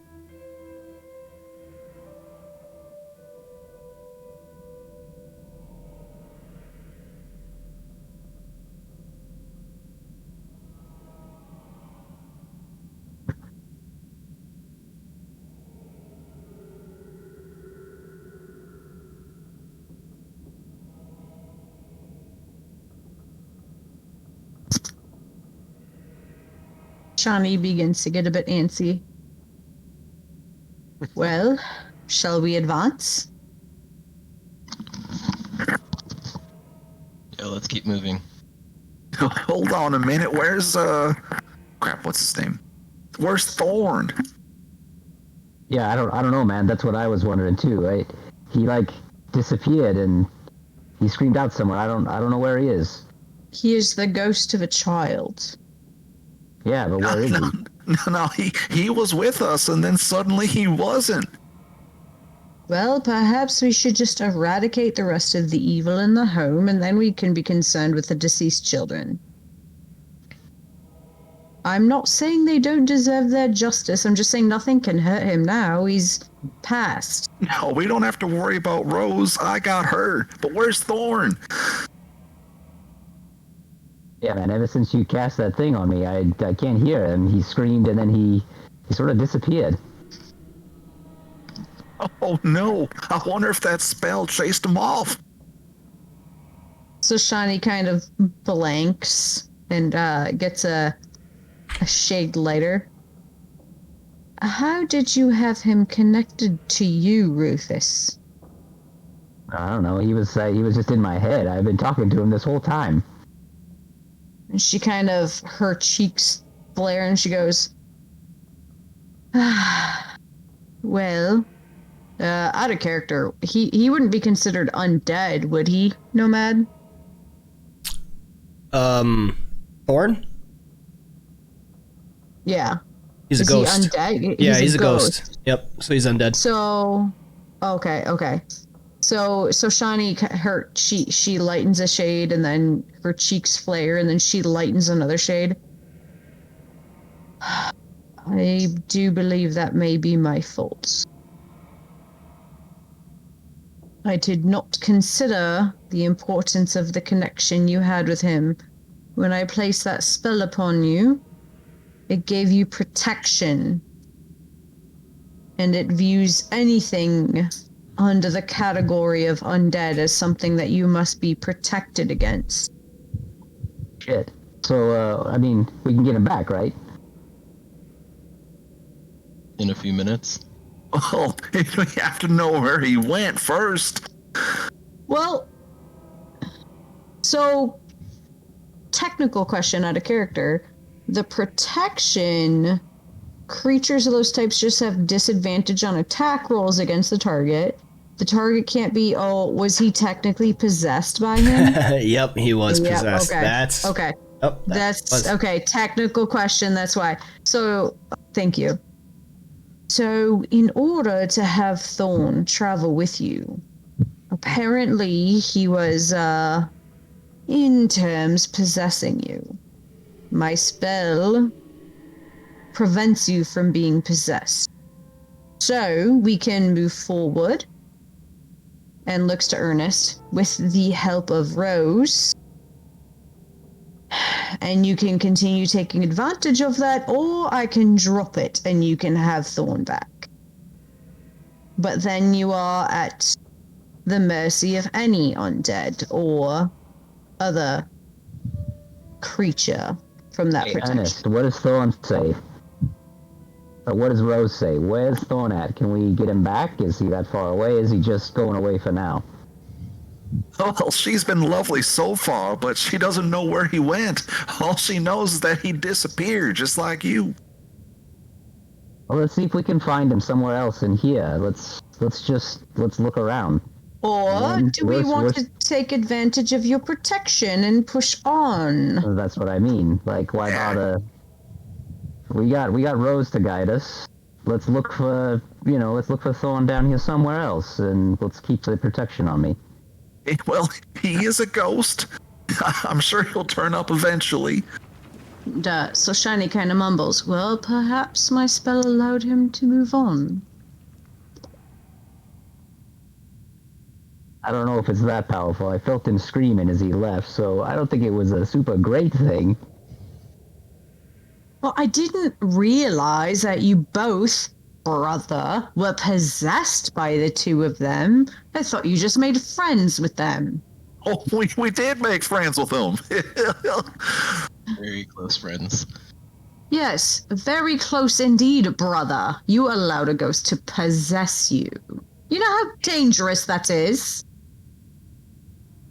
I don't know, it worked pretty good for me. I woke up and I was sneakier and stuff, and man, someone taught me all kinds of tricks and stuff. I'm way sneakier now than I ever was before the possession. So she kind of side-eyes Rufus. Oh, well, I'm sorry I chased away your new friend. I do promise it was not my intention. Oh, listen here, Rose. It's okay. I know you're anxious to get him back, but there's no point in getting him back right now. Especially with this monster on the loose, he may get hurt. Let's kill this monster first, and then I promise you, I'll do everything I can to get him back. Make me a persuasion check. I'm so good at those. You ready for this, guys? Oh shit, rolled okay. All right. All right, okay. You have a -1. Lots of us have -1s. Easy. All right.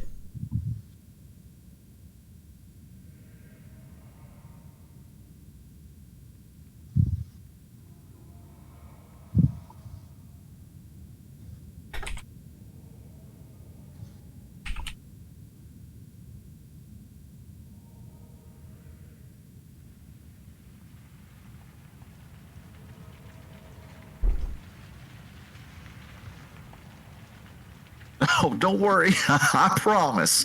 On my honor. And he like does like a cross over his heart.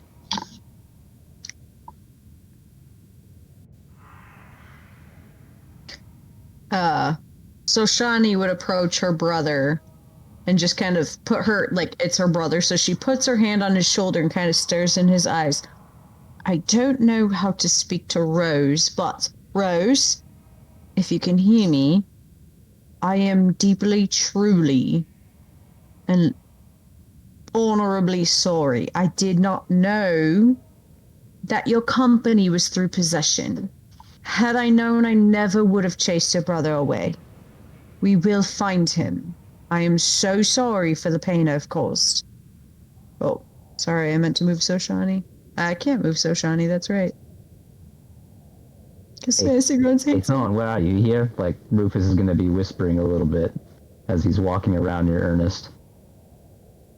Hey, Thon, you down here? So, Nomad, I've been trying to, but can you move Soshani to the square to the southeast of Ernest? Oh. Oh. We lost Dahlgrim? Oh. Oh, nope. Oh, I'm that's still here. Rubicon. Oh. Gotcha. Sorry, I was messing with stuff. No worries. No. Rufus, you're met with nothing but the stark silence around you, broken by the incessant chanting. Where's, can I hear where it's coming from? It's hard to really tell, but right now you're kind of going down steps. Oh, so I'm going and you down hear steps it. right now. Yeah, you went down steps. Right here, you start hearing it kind of coming from the west. But not down the steps. It doesn't seem like it's coming. It's louder as I'm walking down. It gets louder as you walk down, yes. And it's really hard for you to see darkness, because you don't see in the dark. I don't. Hey guys over here. There's louder noises coming from down the steps. There's more steps up here. There's like 3 different stairways down. Yeah, we're at 3 now. And we still have this hallway down here that we haven't gone down. Alright. Though, Hey, Sean. I guess we haven't gone Where down. are you? Yeah. Hey, buddy. Where'd you go, man? Nothing. I don't think Rufus probably quite understands the nature of the spell, so he's gonna keep on. hey, buddy. Hey, where'd you go, man? So Shani is going to have her torch, but she's officially going to be following behind Oh, I can move again. Following behind Rubicon. She feels horrible because Rufus clearly misses his possession buddy. I pat Soshani on the shoulder and say, "It's okay. It'll be alright." I swear, I never would have done that if I'd known. Of course not. Even at my wolfiest, I am not that abhorrently violent. Unintended consequence. Dahlgrim, as you move Yes. into this other chamber, you see a table set with 2 chairs. Dust carpets the floor, cobwebs. This area obviously in complete disuse for quite some time. There's a chandelier suspended above the table in the middle of the room. The 2 chairs are high-backed, with an empty clay jug and 2 clay flagons atop it. Iron candlesticks stand in 2 corners, their candles long since melted away. Is there anything else on the table? Nope. There's just a hallway leading north and a door to the southwest.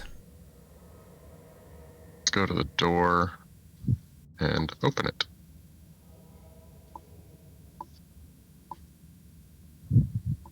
Dahlgrim. Moving through the door whenever Hey, you're ready. Thorn. Up. Hey, Thorn. You in here, buddy? Dahlgrim. You place your hand upon the door handle and apply some force to turn it in order to push it open. But you find the door handle does not turn. Odd.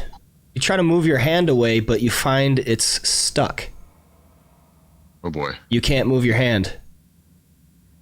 That's when you see the eyes open. Oh no. The door in front of you begins to turn into a creature. I need everyone to roll me initiative. God damn mimics. Damn. God damn it. It's a proper dungeon without a mimic. Exactly. I love it. I love it.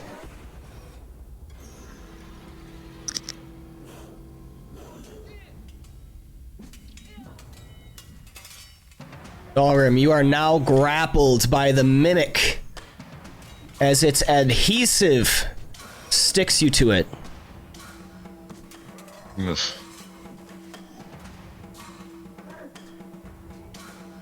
All right. And we begin with the mimic, unfortunately. Oh boy. Okay, it has advantage on attack rolls against any creature grappled by it, and it is going to attempt to bite Dahlgrim. As the eyes open, you also see a toothy maw open up from a crack in the door, and it reaches out to bite at you, scoring a hit. Dahlgrim, you take 10 points of piercing and acid damage. Ouch. And we move on to Ernest.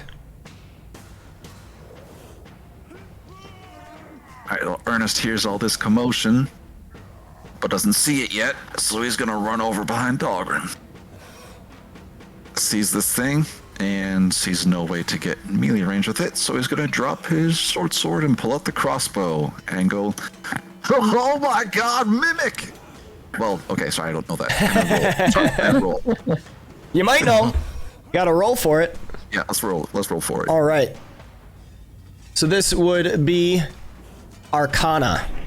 You must be trained. That I am. 18. You know it's a mimic. Okay, on retcon the retcon. Ah! Play a mimic! And he's gonna shoot it. Okay. Once you're done with your description, if you're gonna give any. Yep, so mimics are shape-shifting predators able to take on the form of inanimate objects to lure creatures to their doom.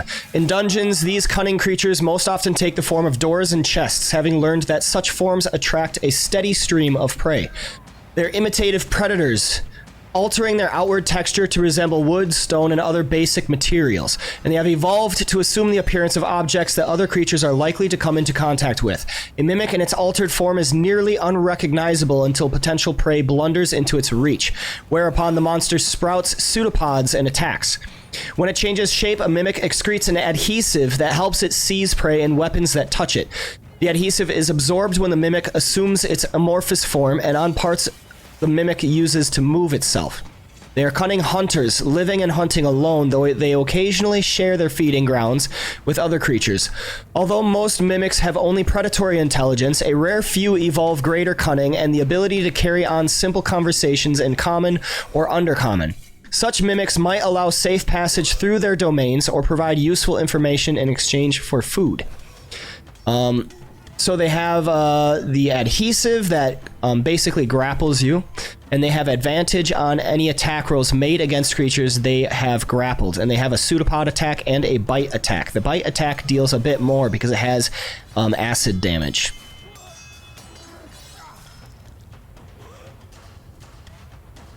$25 hits.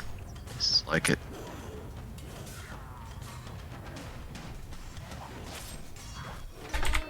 $11 points of piercing damage. think I'm good. All right, Rubicon.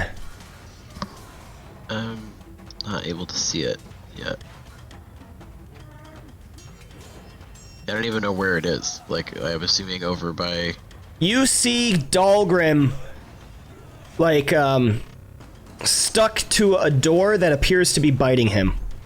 So it's, like, right here. Okay, I can see the door. Yep. Okay, yeah, I'm gonna cast Firebolt at it. Okay. I don't know if I can target it, though. I don't see the token on my I have it targeted for you. Ah, perfect. Thank you. This would have cover, just because of the odd angle.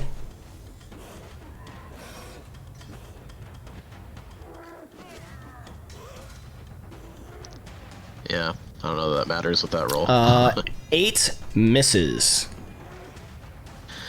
Alright, and my turn. All right, Rufus. You're in the darkness, but you hear a lot of stuff going on. Can I see it? You know where it is, but you're in darkness, so the attack roll would just be at disadvantage.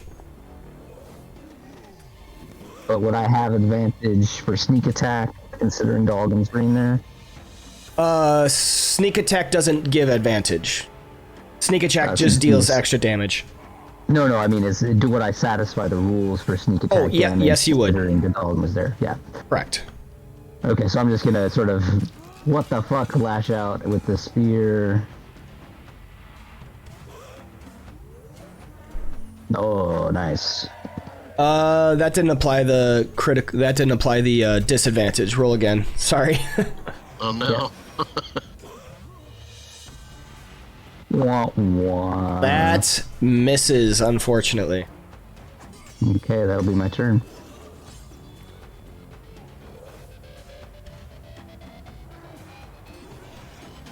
All right, Dahlgrim, you're up. All right. Dahlgrim's freaking out a bit here. I think I can still attack with the Warhammer one-handed, yes? Correct. Okay, so we're going to attack. 23 hits. All right. 9 points of what? So sorry. I would say, did Soshani hear Dahlgrim get hit? You definitely hear something going on. There's a battle going on. So she'll just yell, "If you get in a pinch, don't forget your berries." 9 points of bludgeoning damage as the Warhammer cracks onto the door.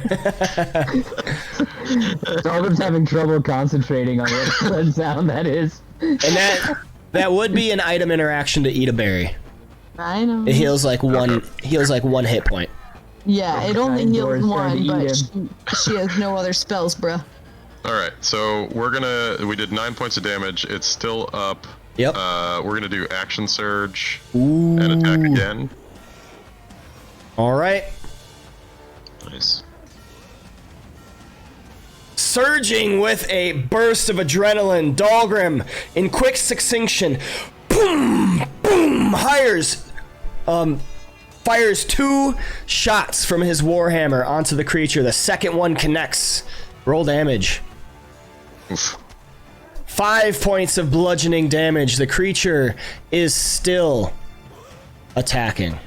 All right, and then I'm going to use my bonus action to do second wind, if that works. Okay, yes, that definitely does. Let's see if I just click this button. 7 that could've been points of healing, rejuvenating you. All right, adrenaline rush complete. Very nice. That's it. So, Shani, you hear these sounds coming from the other room. What do you do?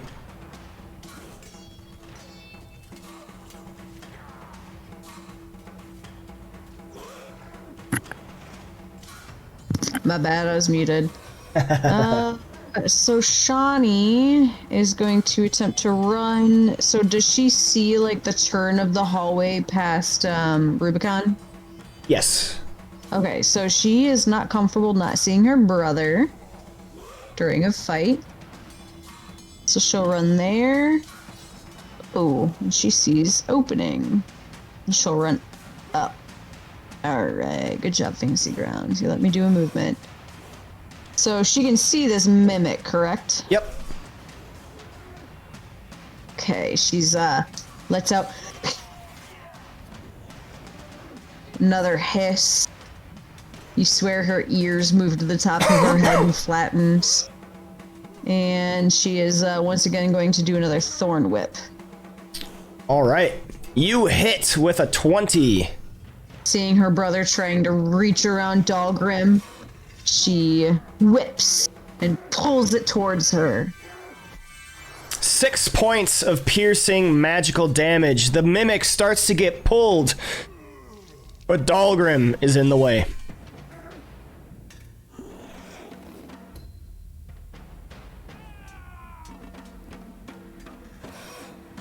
Cheater, pumpkin eater. I was kidding. Once again, another hiss. And that's her turn. Okay. That takes us back to the top of the round with the mimic, who is going to bite at Dahlgrim once again. Scoring a hit with a 23. Dahlgrim is chomped on.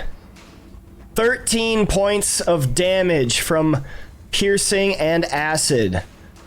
Dahlgrim goes down and is now unconscious. Ernest, you're up. So I'm assuming I can't hit it with, like, it's not within my threatened reach, right? You could move up. Like, yeah, we can move you there and then you can attack it. Okay, and I can only draw one weapon a turn, right? Correct. Correct. Yeah, let's do that. He'll drop his crossbow, pull out the short sword. Ooh, hold up. Squeege has redeemed a health potion for Dahlgrim. Oh, Squeege, you're always coming in clutch, man. Yeah, thank you. So Dahlgrim is Y'all will going learn to love Squeege. regain 9 hit points. Sweet.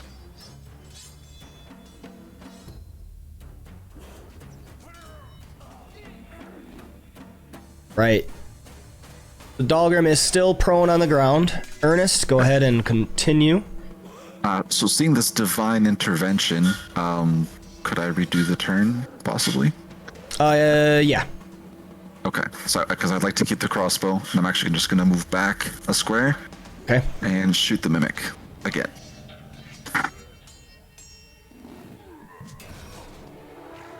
It's a hit.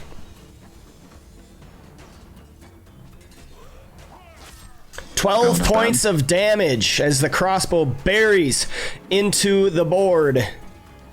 You guys see these couple of bolts sticking out of it. Rubicon, you're up. Fireball this thing. Fireball, All right. I mean. Fireball would be really mean. That is another miss. An 11. I want to use the Twitch advantage for Okay. this. Go ahead and roll again. That's a hit. Oh, sweet. All right.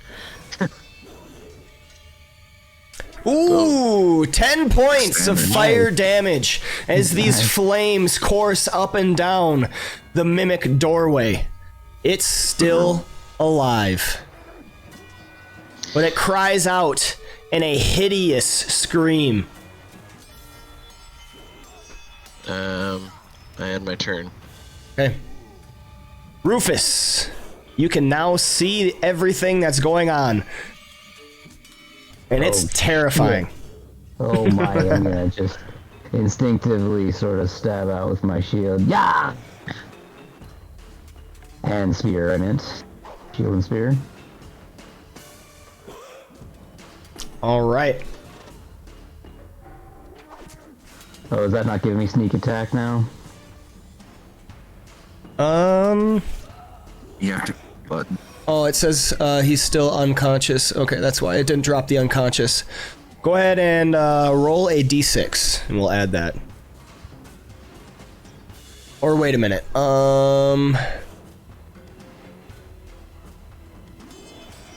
Once per turn, you can deal an extra 1d6 damage to one creature you hit with an attack if you have advantage on the attack roll. The attack must use a finesse or a ranged weapon. Spear is not right. finesse. Right. Yep. That's right. That is right. 3 points of piercing damage. That damage. There it is. Somehow, the Mimic is still alive.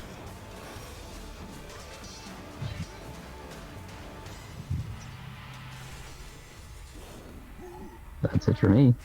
All right, Dahlgrim, prone on the ground. What are you doing? So let's see. If I stand up, that's probably my movement. Yes. So you are still grappled, so you don't have any speed. You cannot stand up. Can I fight the grapple? How would I do that? Disengage? You would try to break the grapple. So Yeah. Let's make try me either an athletics or acrobatics check.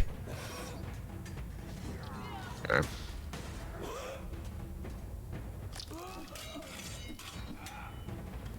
And that uses your action, by the way.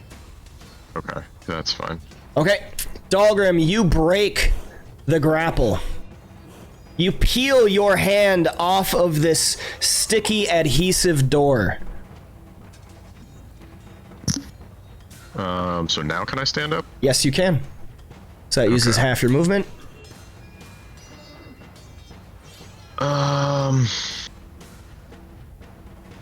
I guess I'm just gonna try to step back 5 feet out of its Okay. range. That would provoke an attack of opportunity. Yeah, okay. We'll take it. All right. The Mimic is going to slap out with a pseudopod as you try to break away.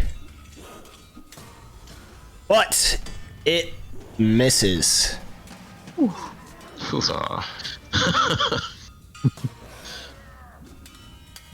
Alright, I think that's the end of my turn. All right. Whoops. So Shani, you're up. Seeing Dahlgrim finally back away from this beast, she's going to step.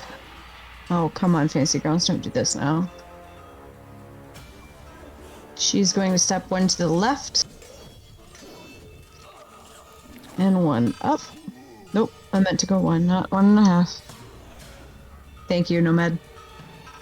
Alright, and she is once again going to attempt to yank it out so that it is in the view of everyone. So she's once again going to target it with a thorn whip. Oh. That is an automatic miss. The thorn kind of just in her hand.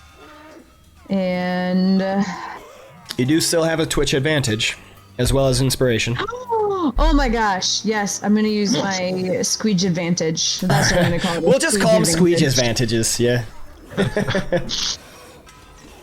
That's a hit. Squeege, that's to you. Ooh, max damage 6 again. points of damage. Right, and she yanks it out of the doorway. As the Mimic is latched onto by this thorn whip, it gets yanked from its perch in the doorway, leaving the open hallway. 5, 10 feet. And, So she Shani, falls- as it lands right before you, how do you want to do this? she will look at the damage to Dahlgrim, who she has found an accomplished ship with companionship. That's an easier word for me to say. Companionship with.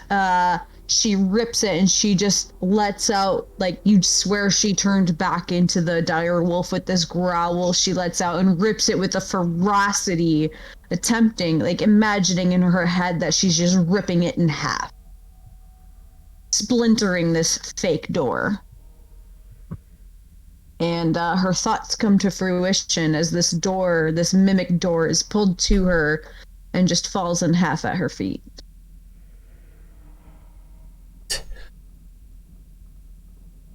With a slain mimic dissipating into this weird, disgusting, amorphous goo, just slowly kind of coagulating upon the ground, dissipating.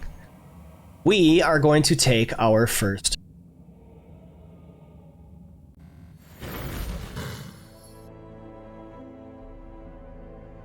All right.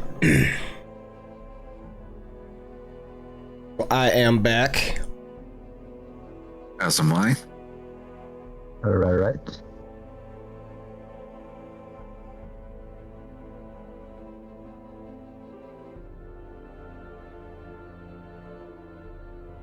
Have anybody, you guys listening, ever played a West Marches style campaign? I haven't played in like a specific West Marches, but I tried doing something that is comparable in a way, I guess. I was doing like an encounters where it was like boss fights, like MMO dungeon bosses. Cool, like setting that up on like a tabletop, like online game, like Yeah. using Fantasy Grounds or Using role-playing Fantasy something. Grounds. Yep. Yeah, I'm trying to devise a more text-based game, like basically through Slack, where I'm having people I'm going to generate a bunch of AI content that they then kind of are like forced to interact with through counters. I was wondering if anybody's like, I've never played a West Marches. It may be similar to that, so I'm just trying to look for other people's experiences with less like real-time gaming, more, time dependent. Yeah. I don't know. I've never done like a text-based, but I know enough DMs that do it. They find success. I don't want it to just be text, but I literally want to use like the AI to generate maps, like battle maps, which it's actually Midjourney is amazing. I mean, I'm gonna guess if you actually end up looking at it, but it can generate like so much like randomized content. It's crazy. So I can even got to the point where I can generate battle maps, where I think I'm literally just gonna have the players use the battle maps on a Slack image, for instance. Yeah, they have like I know there's a program that's an actual like AI dungeon generator. AI is like such a trigger, like taboo in the D&D community though. Like some people absolutely despise it. Yeah, and I've used that one before too, and it's a little bit weird because it's sort of like the choose your own adventure, but you can tell you're talking with an AI. But some of the newer AIs take player content and convert it, right? So like if you have like a brief paragraph of your description, it'll actually tell randomized stories each time you plug the same content in. So I don't know, it's just something I'm experimenting with right now. I'm just curious to see what other people have done. I don't know. I mean, like I definitely kind of see the side where they're against it because it's like using artist images without permission. I definitely get that, but at the same time, like it's out. You really can't like stop progress. I think a smarter position is to figure out how you can work along with it and alongside it rather than trying to like prevent it, because I don't know. It's already there. Once technology's out there, it's out there, and like someone that takes a moral stand not using it, someone else is. It's just kind of how things are. Oh no, it's a guarantee in the next 5 years there's going to be a completely AI, AI dungeon masters. Absolutely, it's coming. It's coming. You talk about like perfect content that's like streamed towards you. Just wait for Netflix AI that basically starts making videos. Oh my god, yeah. Exactly to your preference. Oh, you want to see you want to see Game of Thrones for real for season 4 on again? Yeah. Like just plug an adapter right into the side of your head where you drilled a hole to put it. Absolutely, it's coming. It's coming. All right, so let's get back.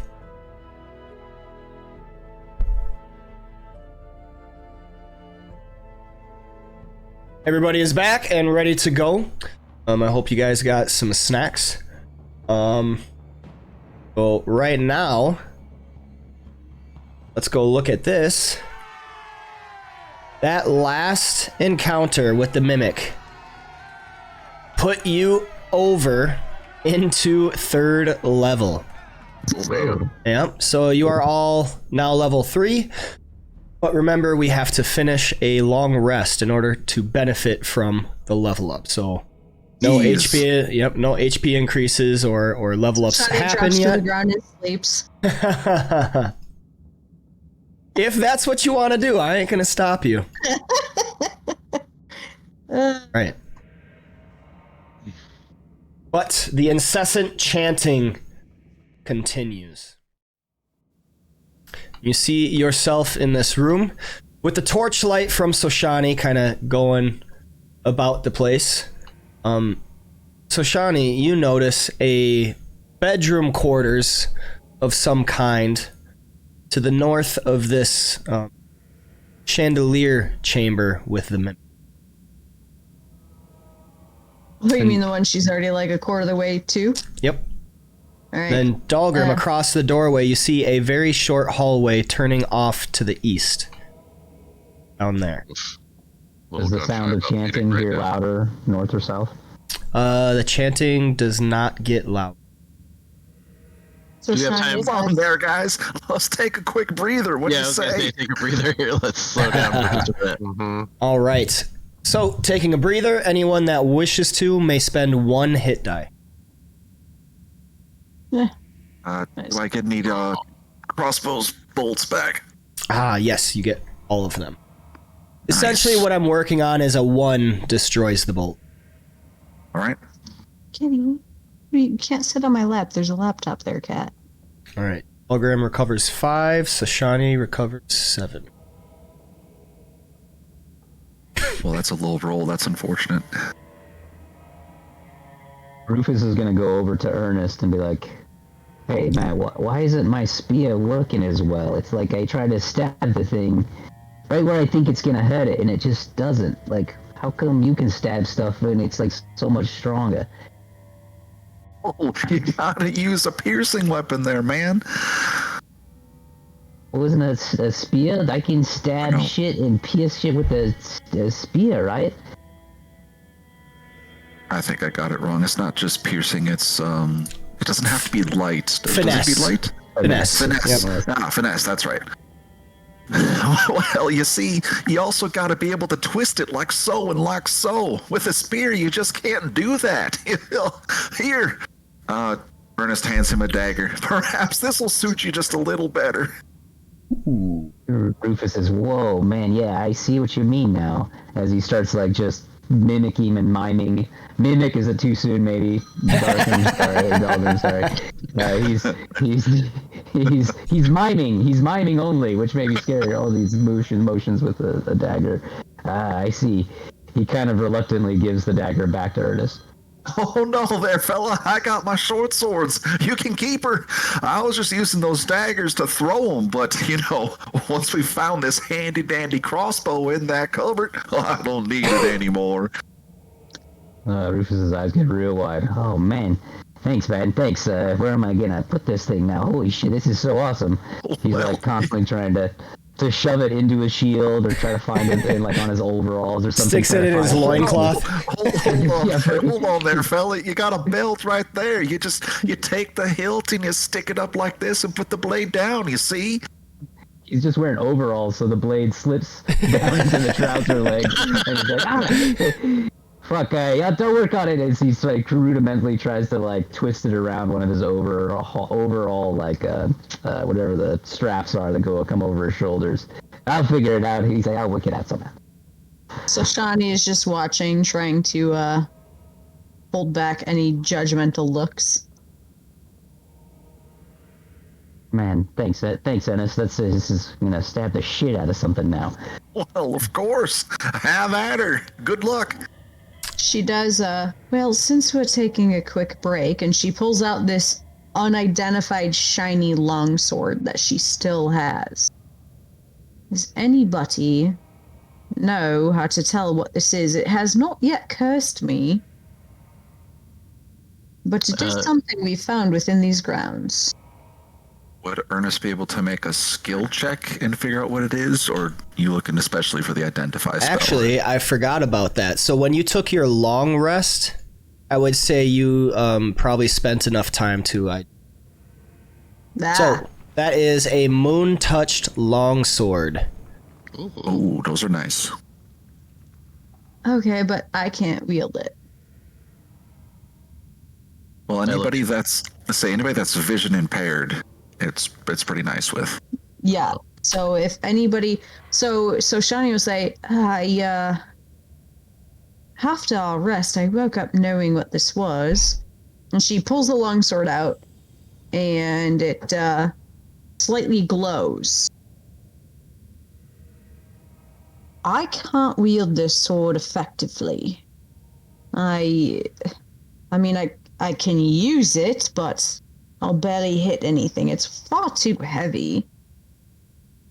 So basically, in the darkness, you get 15 feet of light, bright light, and 15 feet of dim light.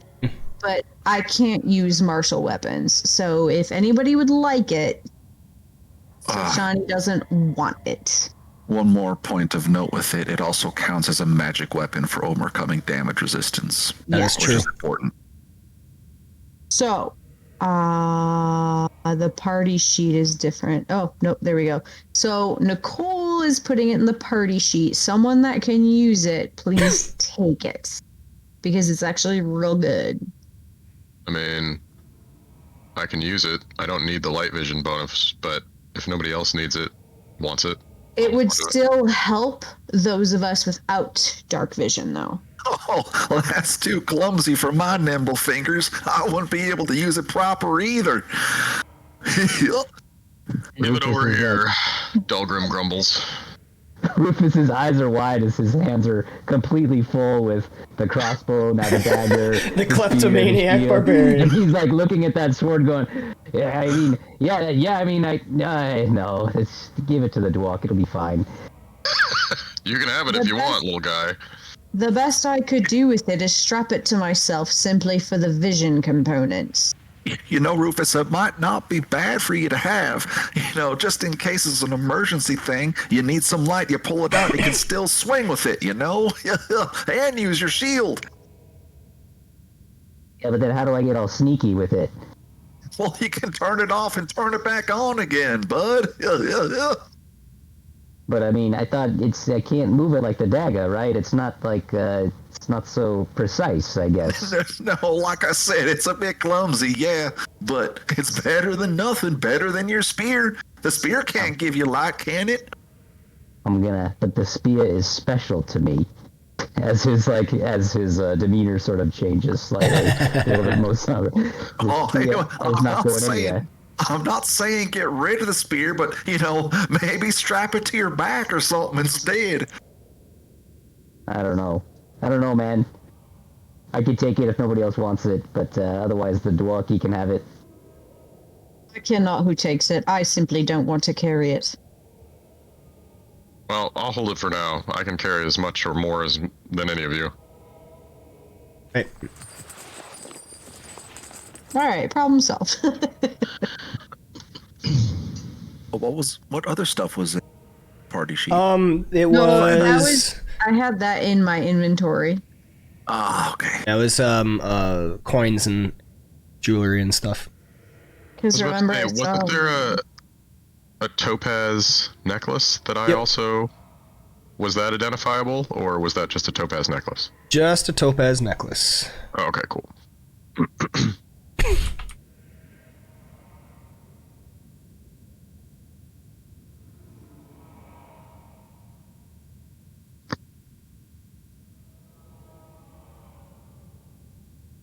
All right.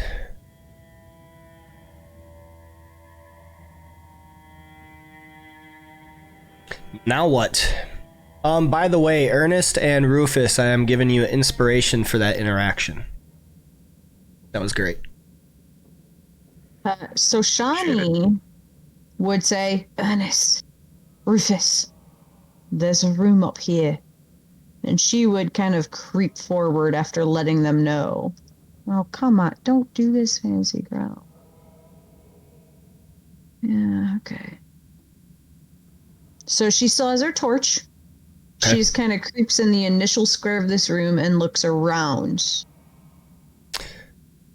This room contains a large wood-framed bed with a rotted feather mattress, a wardrobe containing several old robes, a pair of iron candlesticks, and an open crate.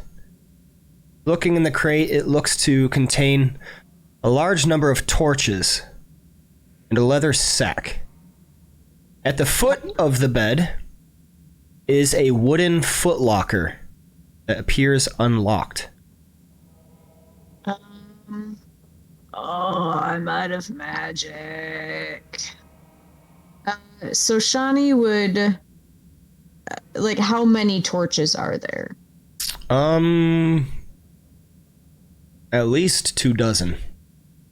So she would take... I don't know, because she's blind. So if there's 24, she would stuff in her pack up to 20. So she would take 11. Because she used one, so that put her to 9. So she would take 11. Because she is blind at night, so she wants some light. Oh, you know, this isn't a bad spot if we wanted to take a little bit longer of a rest. Dogroom doesn't exactly look the best. Well, perhaps we should investigate this foot chest first. We don't want anything bumping in the night on us.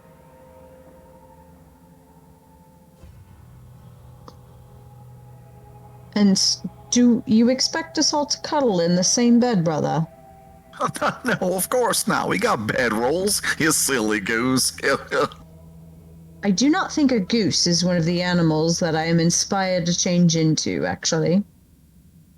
It doesn't stop you from trying, though. And she'll, Dolgrim, Rubicon, come here. Kind of call for them. Yep.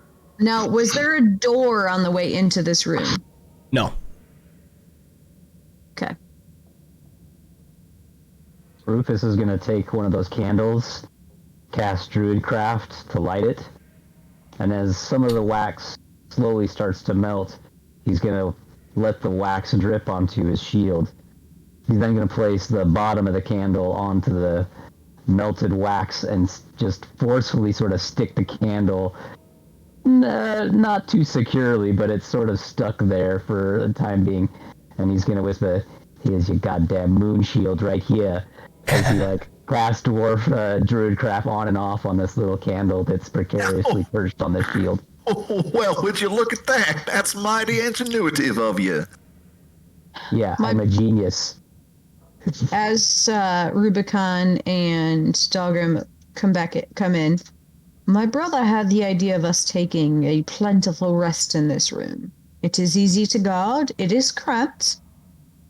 However, it might not be the worst idea. We can easily take watches to keep an eye on that slim corridor. What say you? I'm good with that. I like that idea. Did we take 15 minutes because of the short rest? For the breather was like 5 minutes. So can we assume that the concentration on protection from good and evil is gone? Not Oh yeah, last 10 exactly. minutes. Not exactly yet, Okay. but it's close. It's about to expire. Okay. Because the battles really haven't lasted longer than. Right. I think this is as good a time as any to take a rest. I myself, well, my life energy is robust. My magical energy is all but expended. I mean,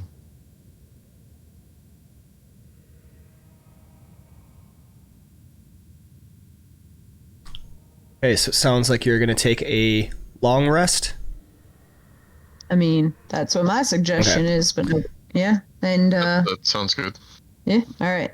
Do we want to keep watches? Well, anyway, yeah, definitely long rest. So Shani will volunteer to take whatever watch. I mean, we have the torch, we have a candle, so Yeah, let's rotate watches so that we don't get Ambushed. Yeah, I like that. Yeah, trying not to be seen, Rufus is going to try to open up that, whatever the little, the box is, the case or the bed. The footlocker? The footlocker, there it is. Okay. Yeah. Wait, is 7-Eleven after our rest or before?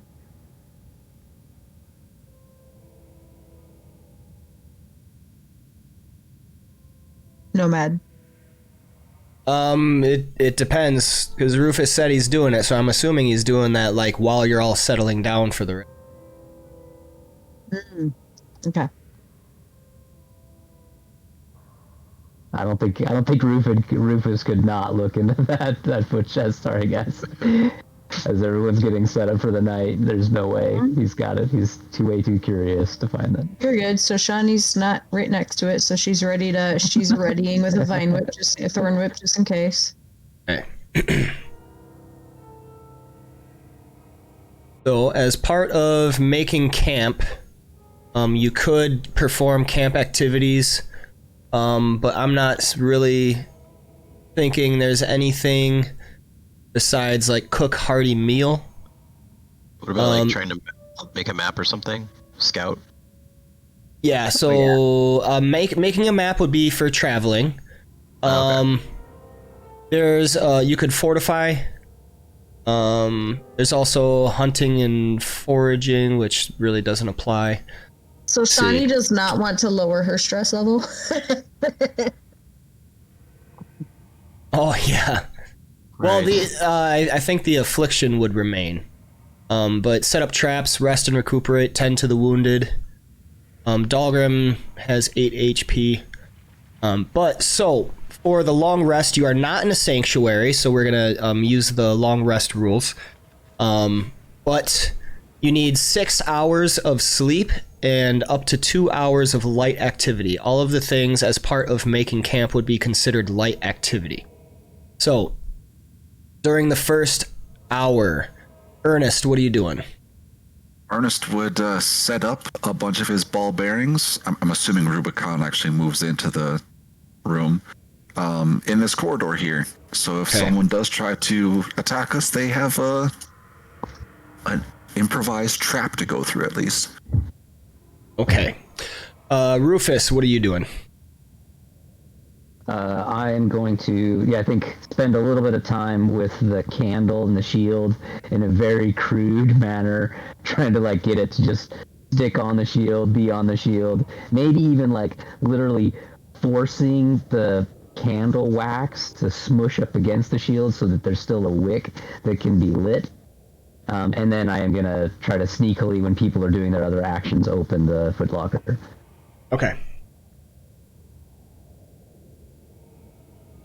Rubicon, what are you doing? What were the options again? We have this right here for making camp. So if you scroll down to where it says camp activities, those are all your choices. I would say, let's see. Cook hearty meal might be useful because it regains some of your maximum hit dice. Fortify camp might be useful. If you have any magic items that are not identified, you could do that. You could keep watch. Ernest is basically setting up traps. Rest and recuperate would help with rolling hit dice. That would come in useful since we're using the long rest rules. Tending to the wounded could help Dahlgrim. But yeah, those are your choices. Yeah, I'll tend to the wounded. So, I'll go. Dahlgrim, you okay? Could use a touch up here and there. Yeah, you look like you got dinged up a bit there. Okay. What do I roll? I'm figuring out everyone's actions first, and then I'll have you roll. Oh, gotcha. Yep. So, Shawnee, what are you doing? So Shawnee.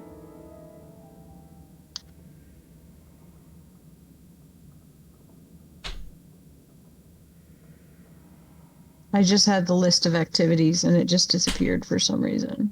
I'll share it for you. Thank you. Sorry. No worries. I was looking at it and then it went boop. Controls.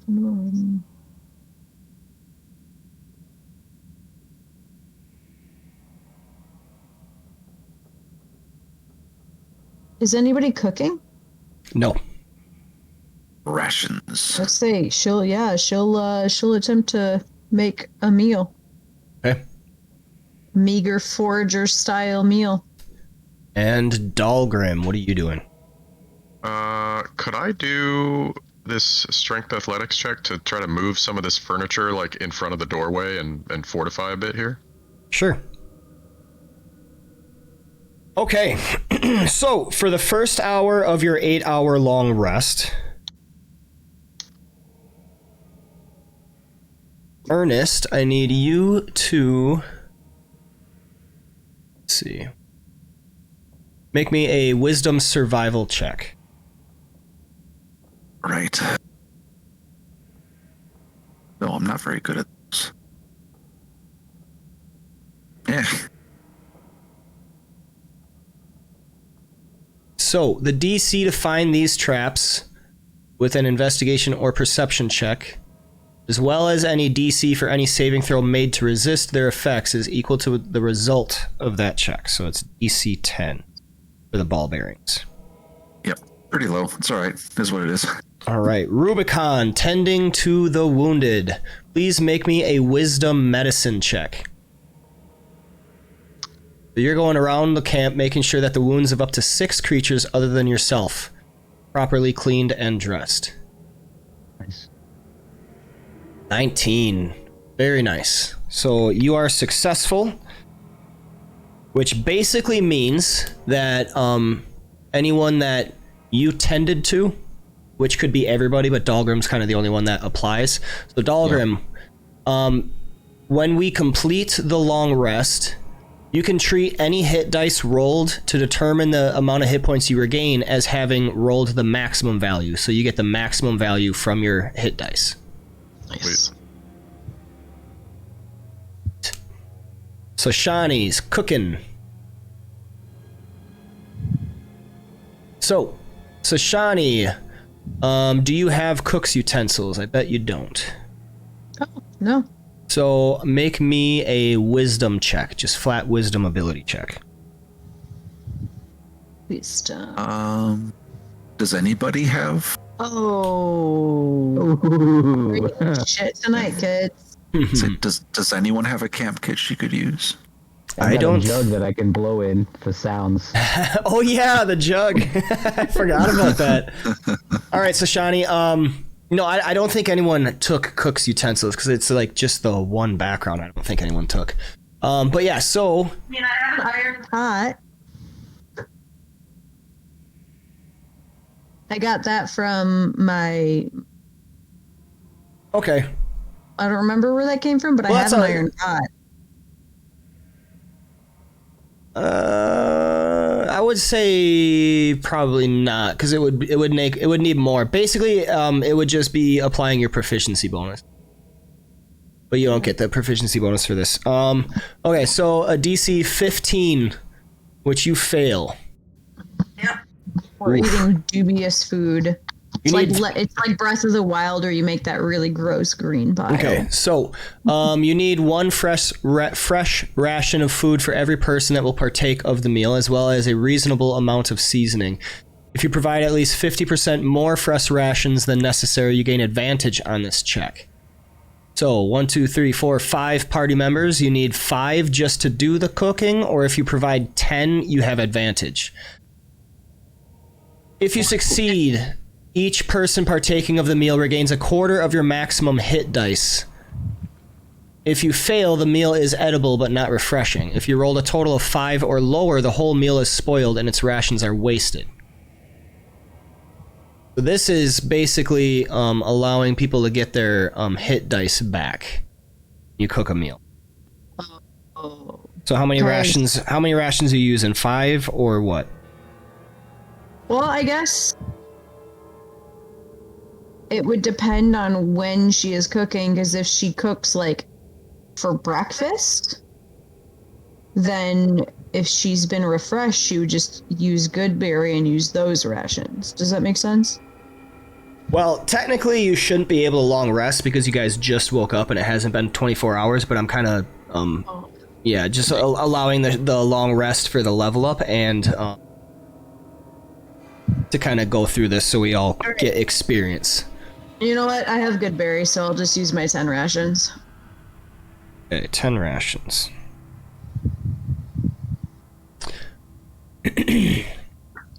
So those are wasted.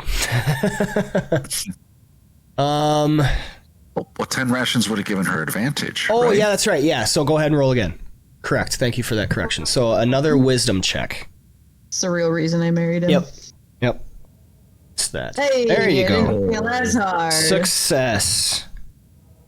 All right, and Dahlgrim is fortifying. So Dahlgrim, please make me a strength athletics check as you are kind of fortifying this area, moving the furniture. With a 10, that is insufficient.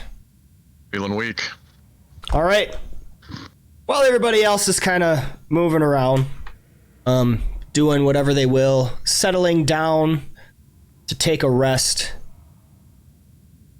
Rufus goes looking through and rifling through the footlocker. You open it quite easily since it's unlocked.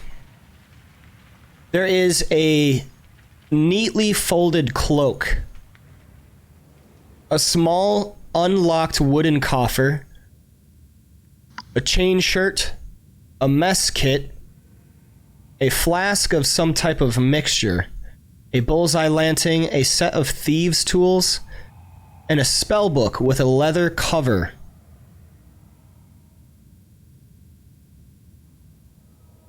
As well as a number of red potions. Wow.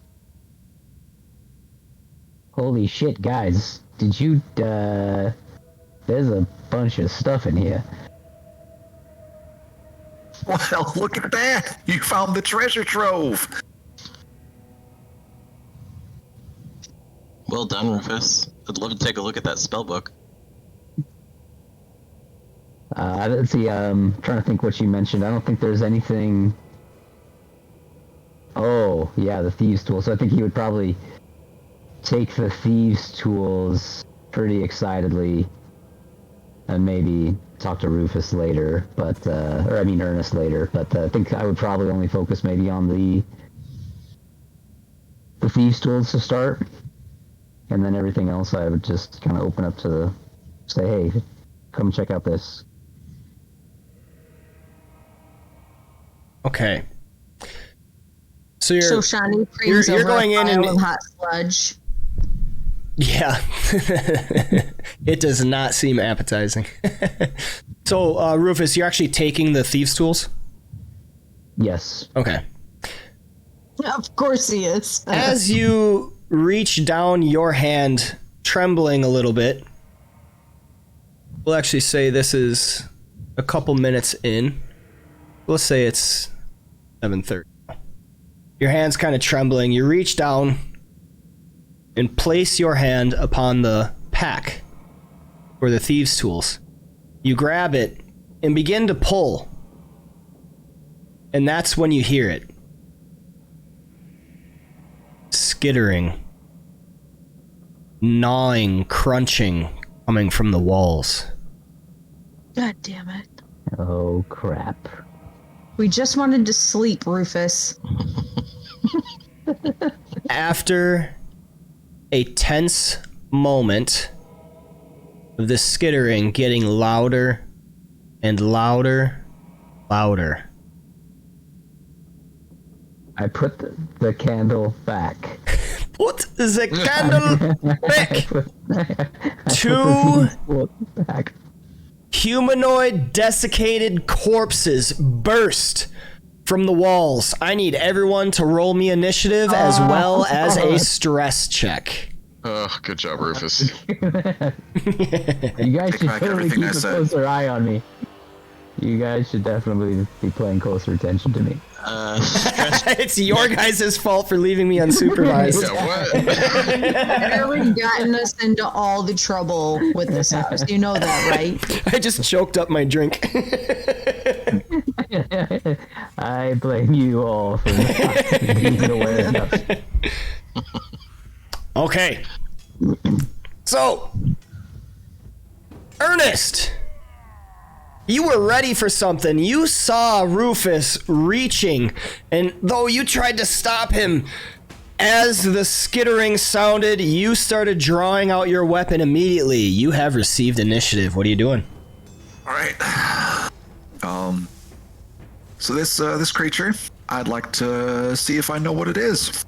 Oh, I need your... Oh, never mind. Rufus, it's a save. Charisma save. Save. Sorry. There it is.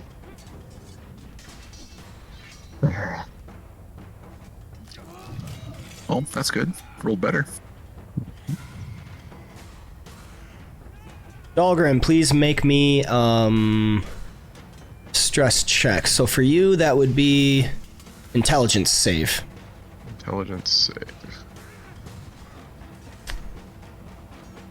Woof. Dahlgren, you get a little bit of stress. 2 points. Not doing well after that door. Fucking door. Never look at doors the same. Just need to take a break. God damn it. Those are always the problem. All right, Ernest, what are you doing? So this unidentified creature, I'd like to see if I know what it is. All right, please make me a religion check as long as you are proficient, which you are. I sure am. Yep. You know, these are ghasts. Oh, And now that you are kind of looking a little closer, you actually see the resemblance to the Lord and Lady of the manor. Fucking A. well, shit. Told you we might as well desecrate their burial shit. I'm about to make doubly orphans. So, ghasts are basically like ghouls, but a little bit worse. Let's see. Abyssal origins. Ghouls trace their origins to the abyss. Dorasane, the first of their kind, was an elf worshipper of Orcus. Turning against his own people, he feasted on humanoid flesh to honor the demon prince of undeath. As a reward for his service, Orcus transformed Dorasane into the first ghoul.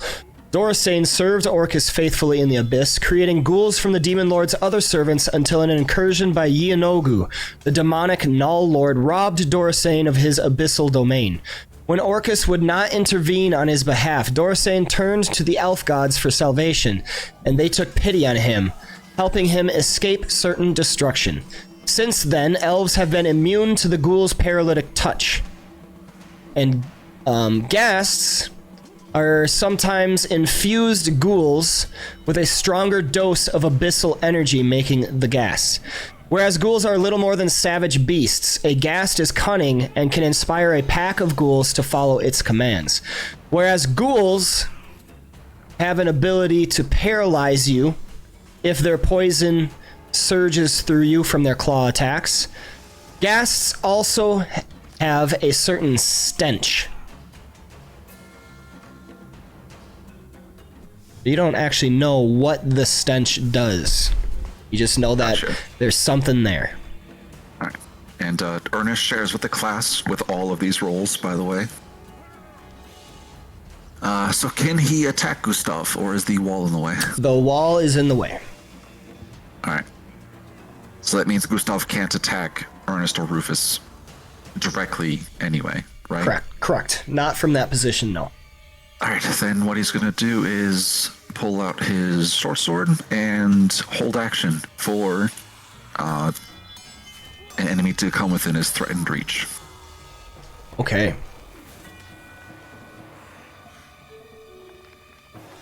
And thus, Gustav will go. He is going to step out right here. Ernest, And with that, take your attack. stabby stabby. I'm going to take my inspiration advantage with this. Ooh, all right. That's a hit with a 17. I like it.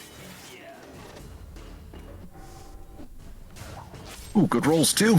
There we go. 14 points of piercing damage as your blade stabs into Gustav.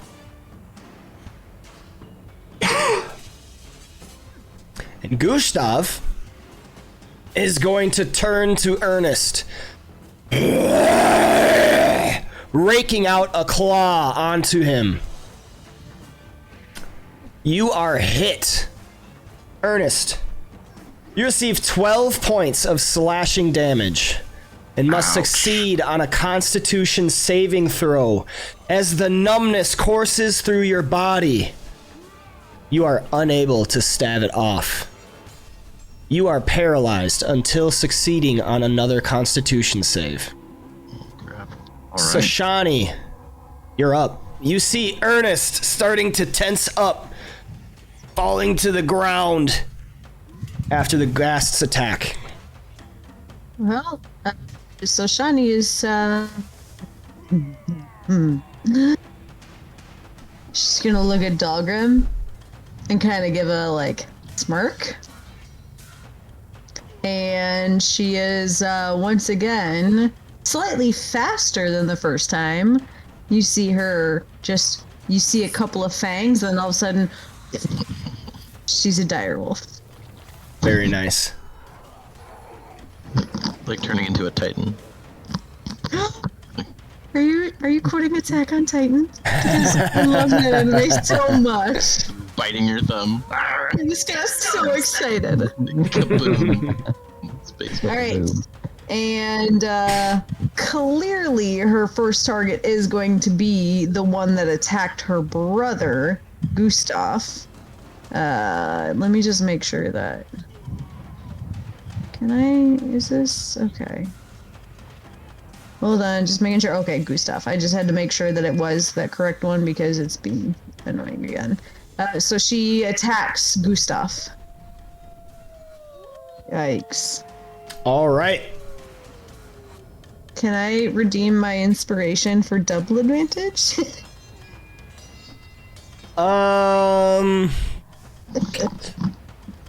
the inspiration just applies advantage. Or my remaining... It's not really a real roll. I would say that's the thing. I already have advantage, so I can't, from like, pack reapply tactics. advantage. Yeah. No. Inspiration doesn't really work for a reroll. That's just the Twitch advantage that I allow that. Well, I have one of those Twitch advantages, so can I redeem a Twitch advantage for a reroll? You do? Didn't you use it? Yeah, I did.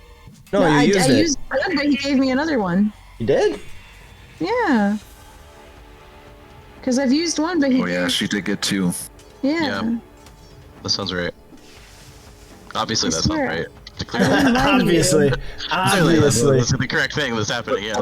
Let's ask Sure. Squeege what he thinks. He's gone. Squeege had to go to work. Yeah. Oh, okay. We can look at it, but I would not intentionally lie to you. He gave me one at the beginning. Yeah, because you had one and then he gave you another, but I thought you used them both. I only used one. Okay, That I remember. Go ahead. We'll use the Twitch advantage. Okay. So I just do the same thing? Yep. Okay. Yeah. You hit! Nice. All right. Attack, and then it has to make a DC 13. He Yep. has to make a DC 13 save, or 11 points of piercing damage as Soshani's direwolf form forms a snout, clomping down onto the ghast, and he succeeds on his strength save. Gustav remains upright. that's fine. Wolf Shani is still just angry. So that's her turn. Rufus, you succeed on your Constitution saving throw as this stench just kind of overwhelms you. You hold back your puke. And I think right before the wave of nausea hits me, I see the ghast attack Ernest, and it's like the Kill Bill, right? Just wee, wee, and I go into rage. Ooh. And I will stab with the dagger. I was using the dagger to like try to get that candle into the shield. So I'm gonna use that for my action. All right. You stab out with the dagger, scoring a hit. This does apply sneak attack. 6. Oh, you didn't apply the sneak attack. Roll another d6.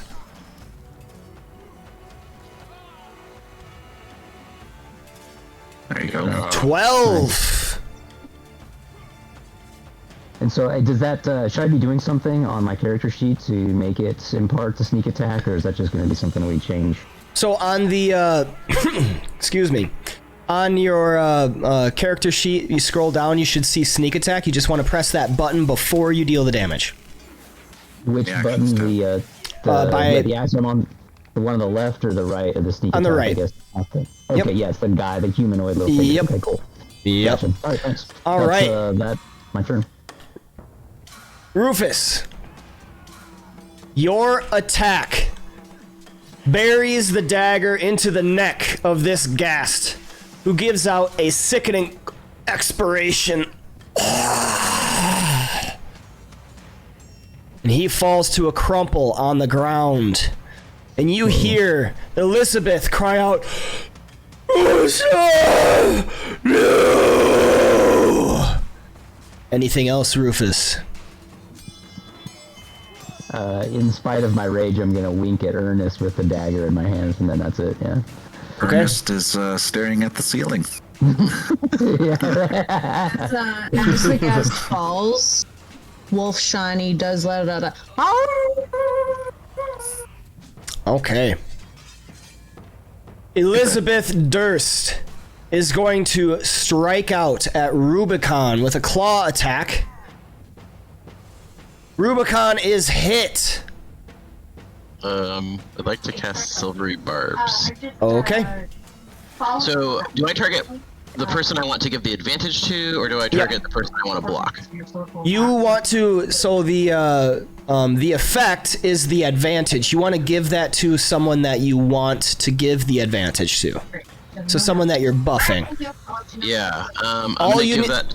All you need to do for me is let me know that you're using silvery barbs. So there Okay, isn't, yeah. there isn't a button involved in that part. Okay, cool. Well, yeah, I'm definitely using Silvery Barbs, and I'll give. Well, I guess we'll see what happens, right? Or do I get to give advantage no matter what happens? Yep, you get to give advantage no matter what. So I'll give that to Ernest. Okay, so then you would drag and drop that onto Ernest. All right. The re-roll also hits with a... Well, the first one rolled a 17, the second one rolled a 21, so I'm pretty sure you used the lowest, which hits anyway. Bummer. And Rubicon takes 11 points of slashing damage. As you feel the numbing sensation begin to spread across your limbs, you fail your Constitution saving